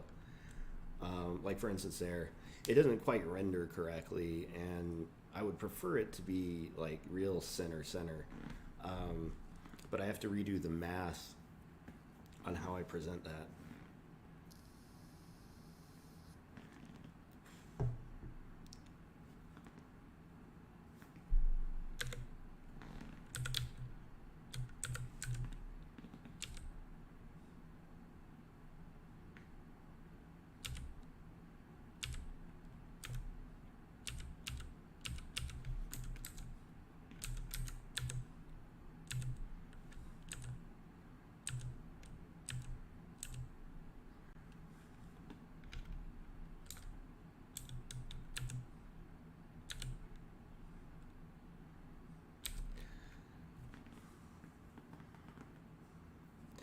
I also feel like the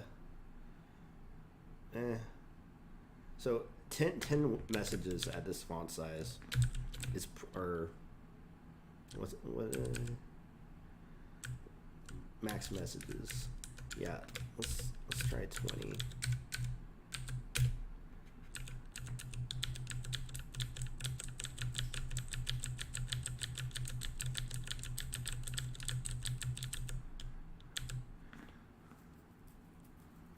It's not too bad. That doesn't look bad.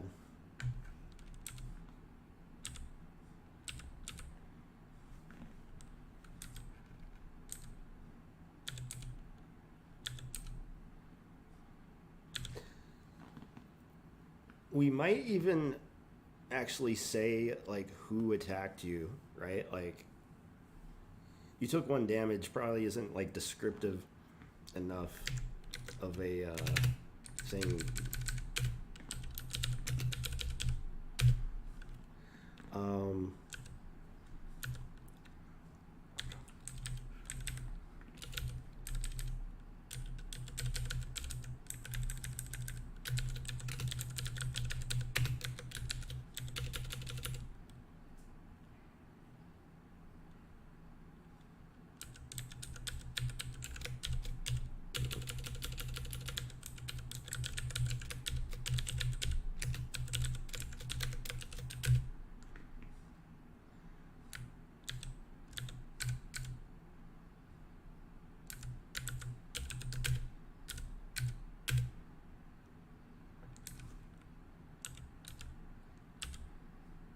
halfling attacked you for 1 damage. Okay.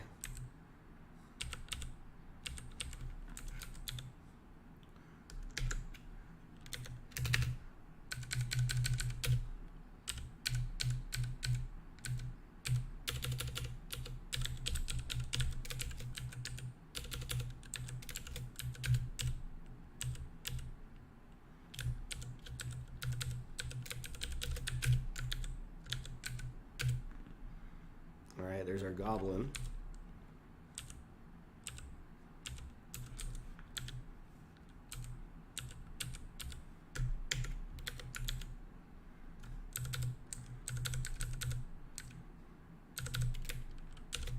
Let's get one of everyone in there. Oh shit, look at that. I'm getting a little cast of characters here going.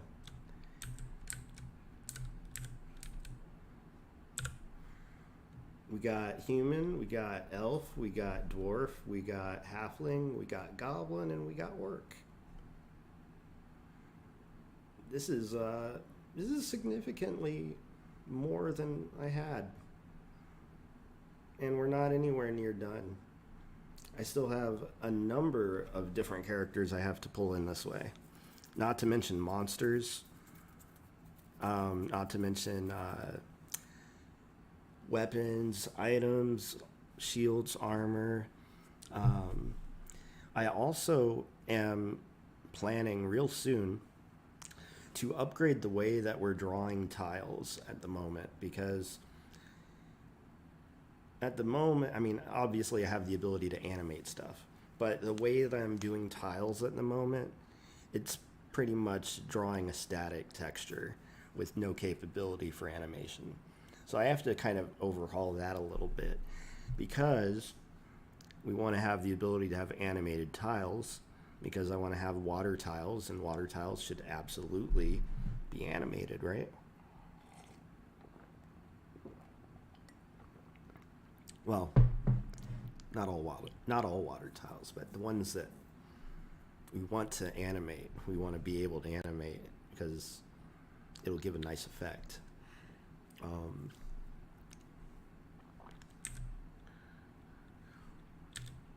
Seeing the different messages here is actually really pleasant.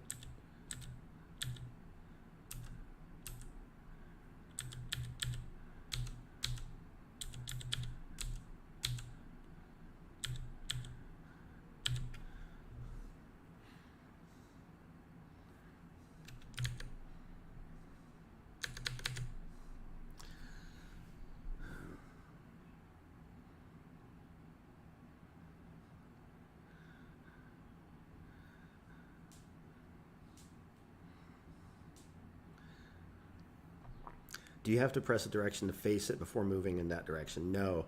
The way it currently works, here, I'll show you. The way, okay, let me cancel out some of these enemies.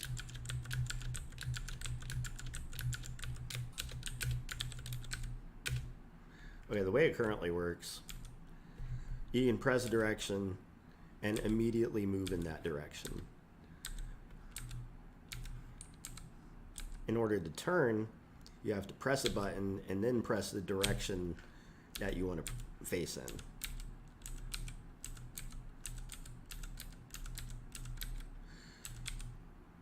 Changing direction does not consume a turn, so you can spin around as much as you want, trying to figure out what your optimal action is going to be. Moving in a direction obviously updates the direction that you're facing to face in that new direction. At some point, I plan on introducing status effects, and this would be the mechanism by which confusion might work, right? Where you lose control over what your direction gets set in on a moment-to-moment basis, depending upon what actions you're taking. Like, moving might move you in a different direction than you actually intended to move in.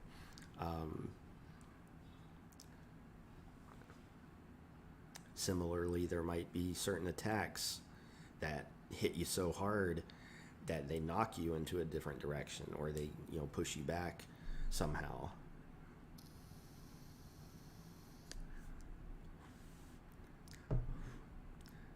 So there's like a potential for like a ping pong effect.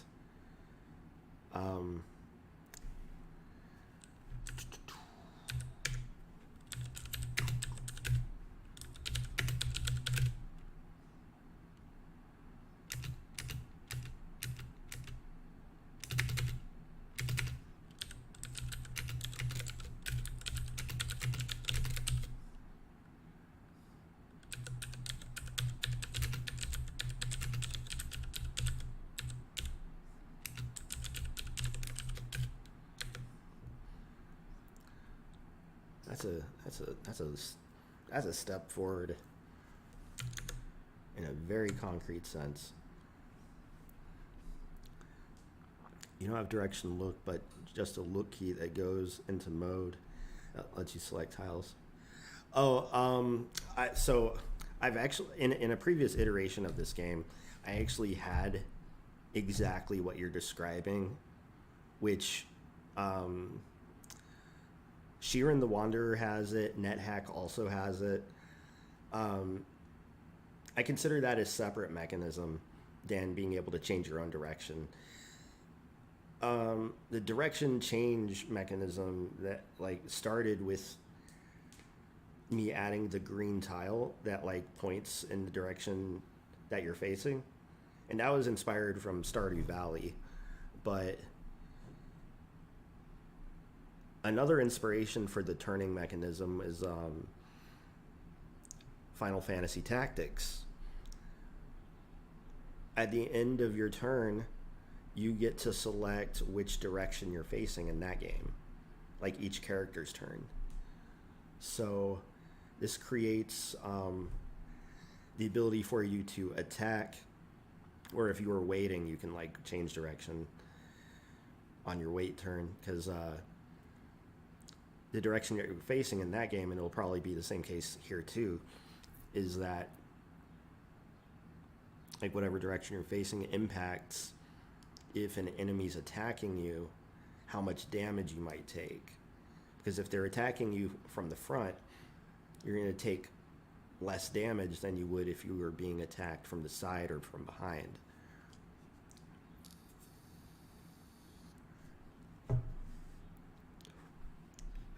It's one of the reasons that we're going to be changing how blocking works too.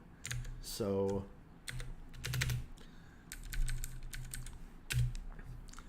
I want to step towards inventory menu before I have to go here. So first of all, we have to think about the logic behind how the inventory menu would work, right? So the way that actions work at the moment is I built a key binding system. It starts in keybindings.ini. So over here, we're able to specify a association with a simple string between a different key and its associated action. So if I were to just do something like I equals inventory menu,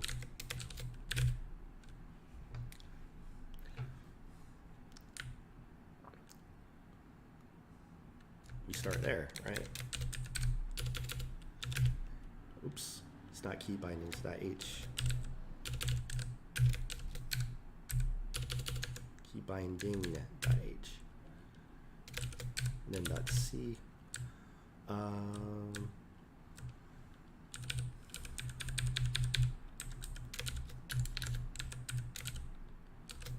So we add in something for the I key there. The rest of this code I don't have to change. Next, take a look in lib logic. Handle input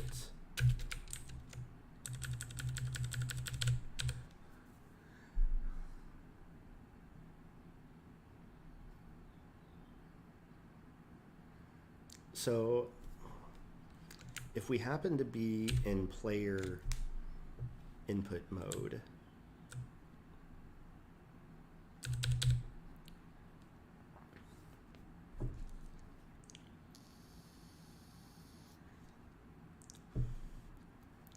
no matter whether or not there's a message window on the screen, or maybe it does matter.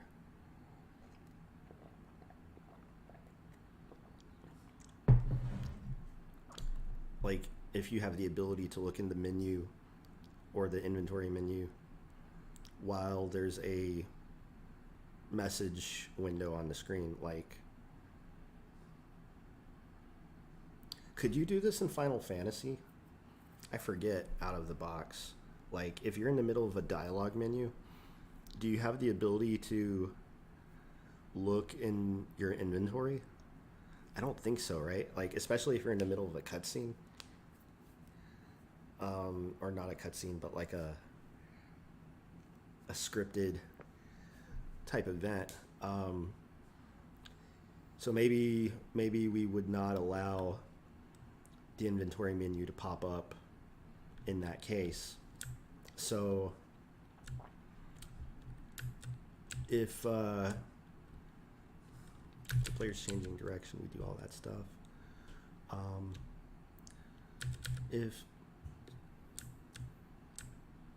If the action is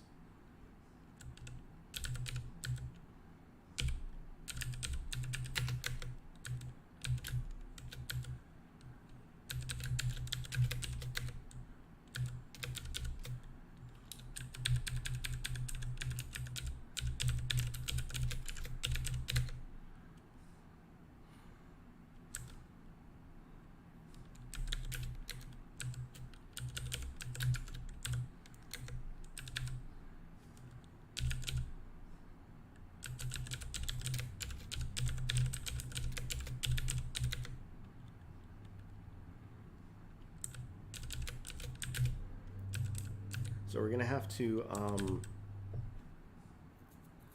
actually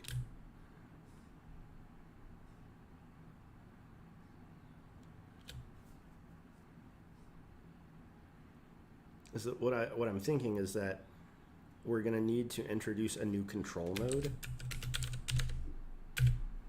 So originally we only had two. We had camera and player. Now I'm thinking we need a inventory control mode.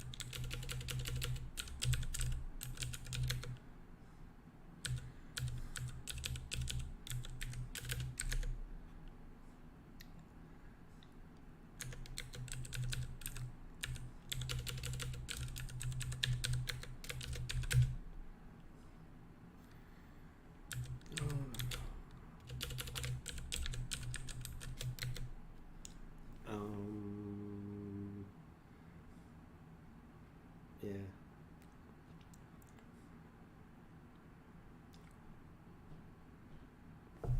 So we'll start with this much. This like super basic skeleton infrastructure. So this would enable us to toggle back and forth between a certain state, right?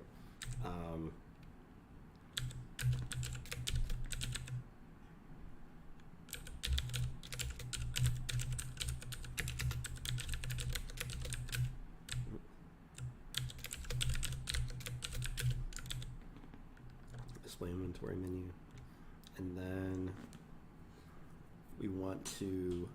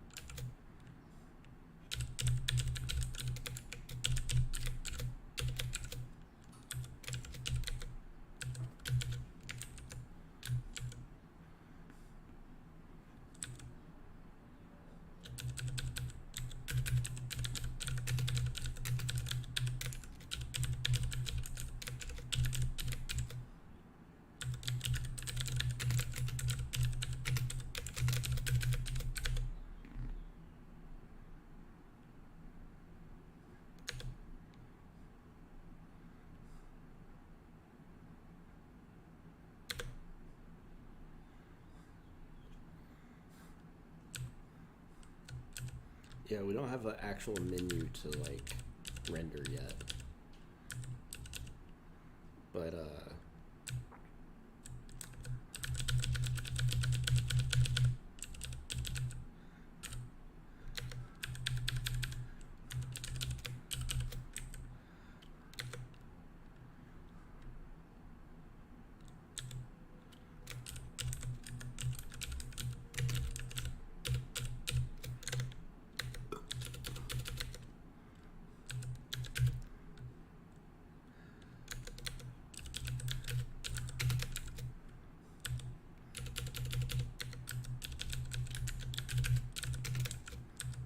first of all,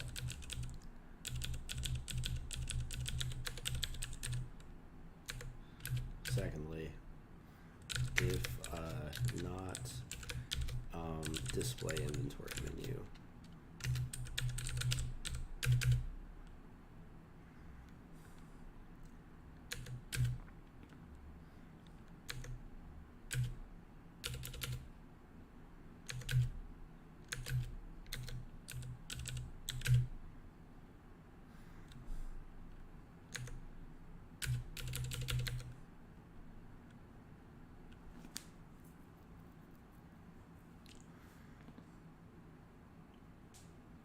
so like I said, I'm not doing the whole thing right now, but what I'm thinking is that we will display items in a grid or a list, because I want it to be rather nice to look at, but also easy to navigate.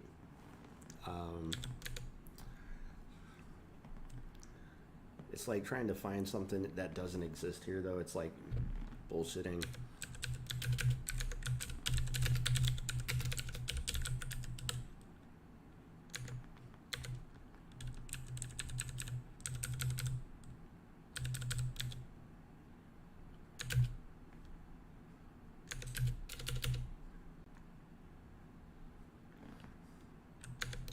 No, we want it to be in the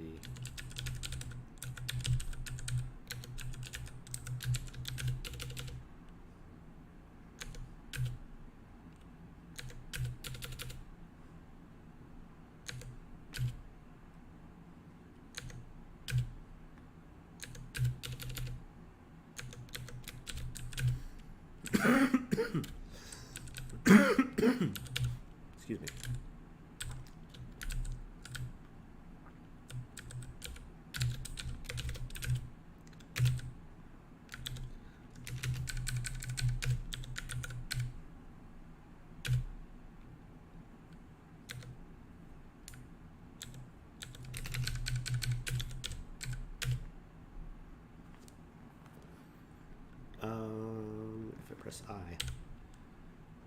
What?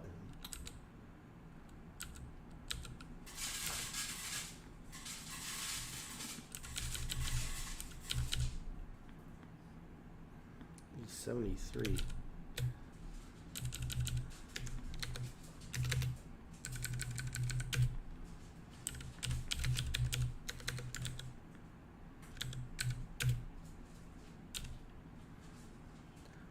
$12.81.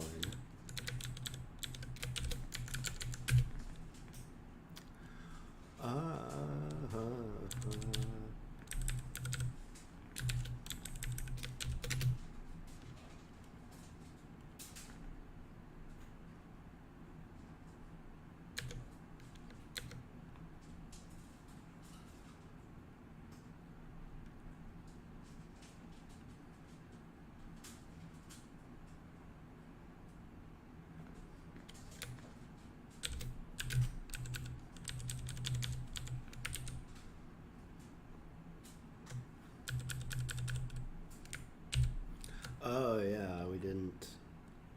Or wait.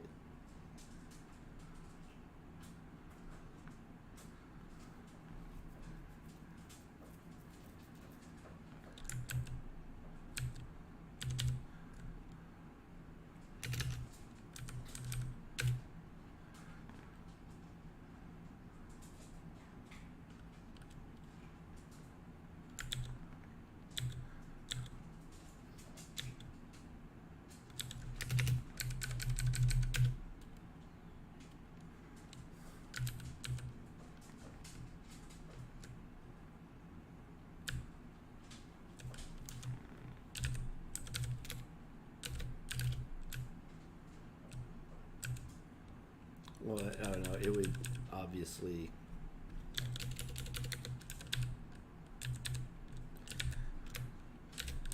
So if get action key is the thing yelling at us.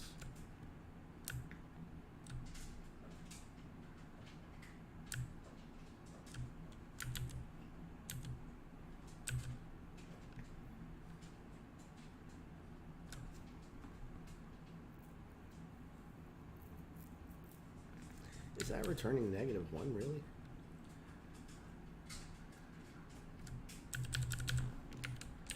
Get action for key.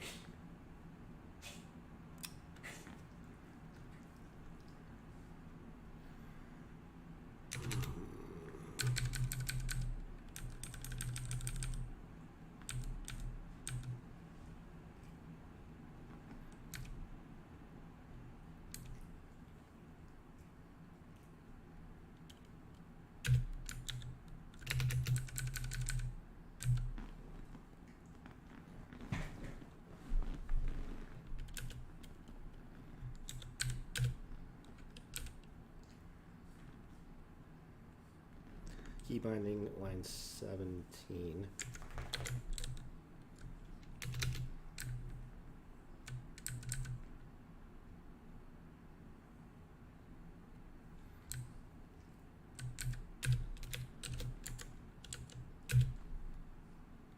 What?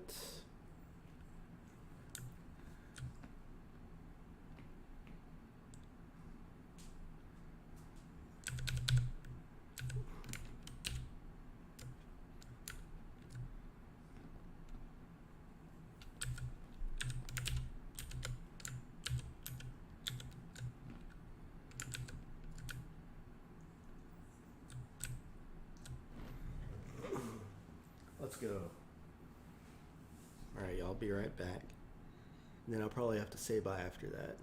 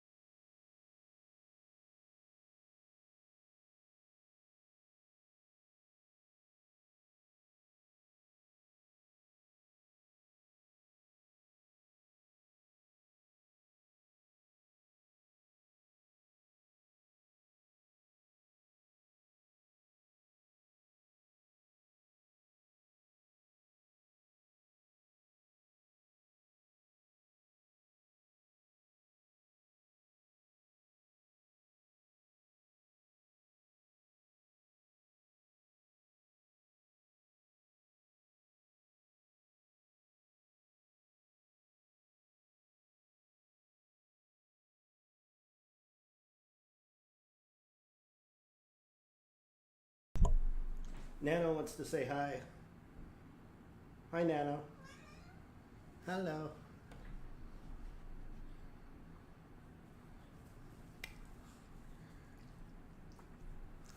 Say hi to everyone. Hi, Nano. Nano. Hi. Hey, buddy. What are you looking at? Hey, I'm talking to you. You came over and got my attention. Now you ain't paying attention to me. Hey, buddy, what's up? Hey. Come on. Get up here. Come on. Get up here. Come on. Hey. Now. Come on. There we go.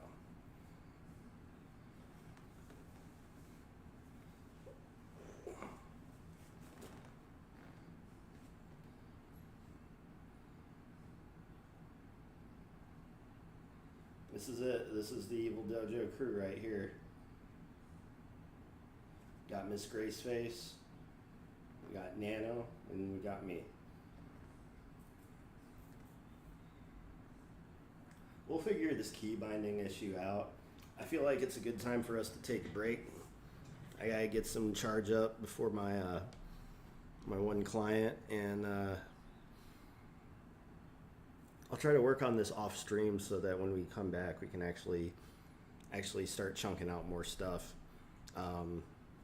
Because yeah, inventory menu probably a good next target, but I also do want to get some of these enemies actually placed down, because I'm going to turn off auto equip so that you have to actually select items from your inventory to equip them, and then that'll be like yet another step forward. So I want to thank everyone for joining. Appreciate y'all hanging out and watching and giving us support. Please check out the Patreon, which I just remade. Let's see.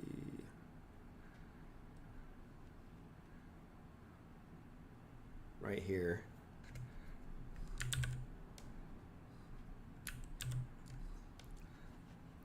If you go over there and just feel like that, you know, you enjoy what I'm working on here, then would more than appreciate everybody throwing down to help make this thing real. Until next time, everyone. Evil Dojo signing off. Have a good day.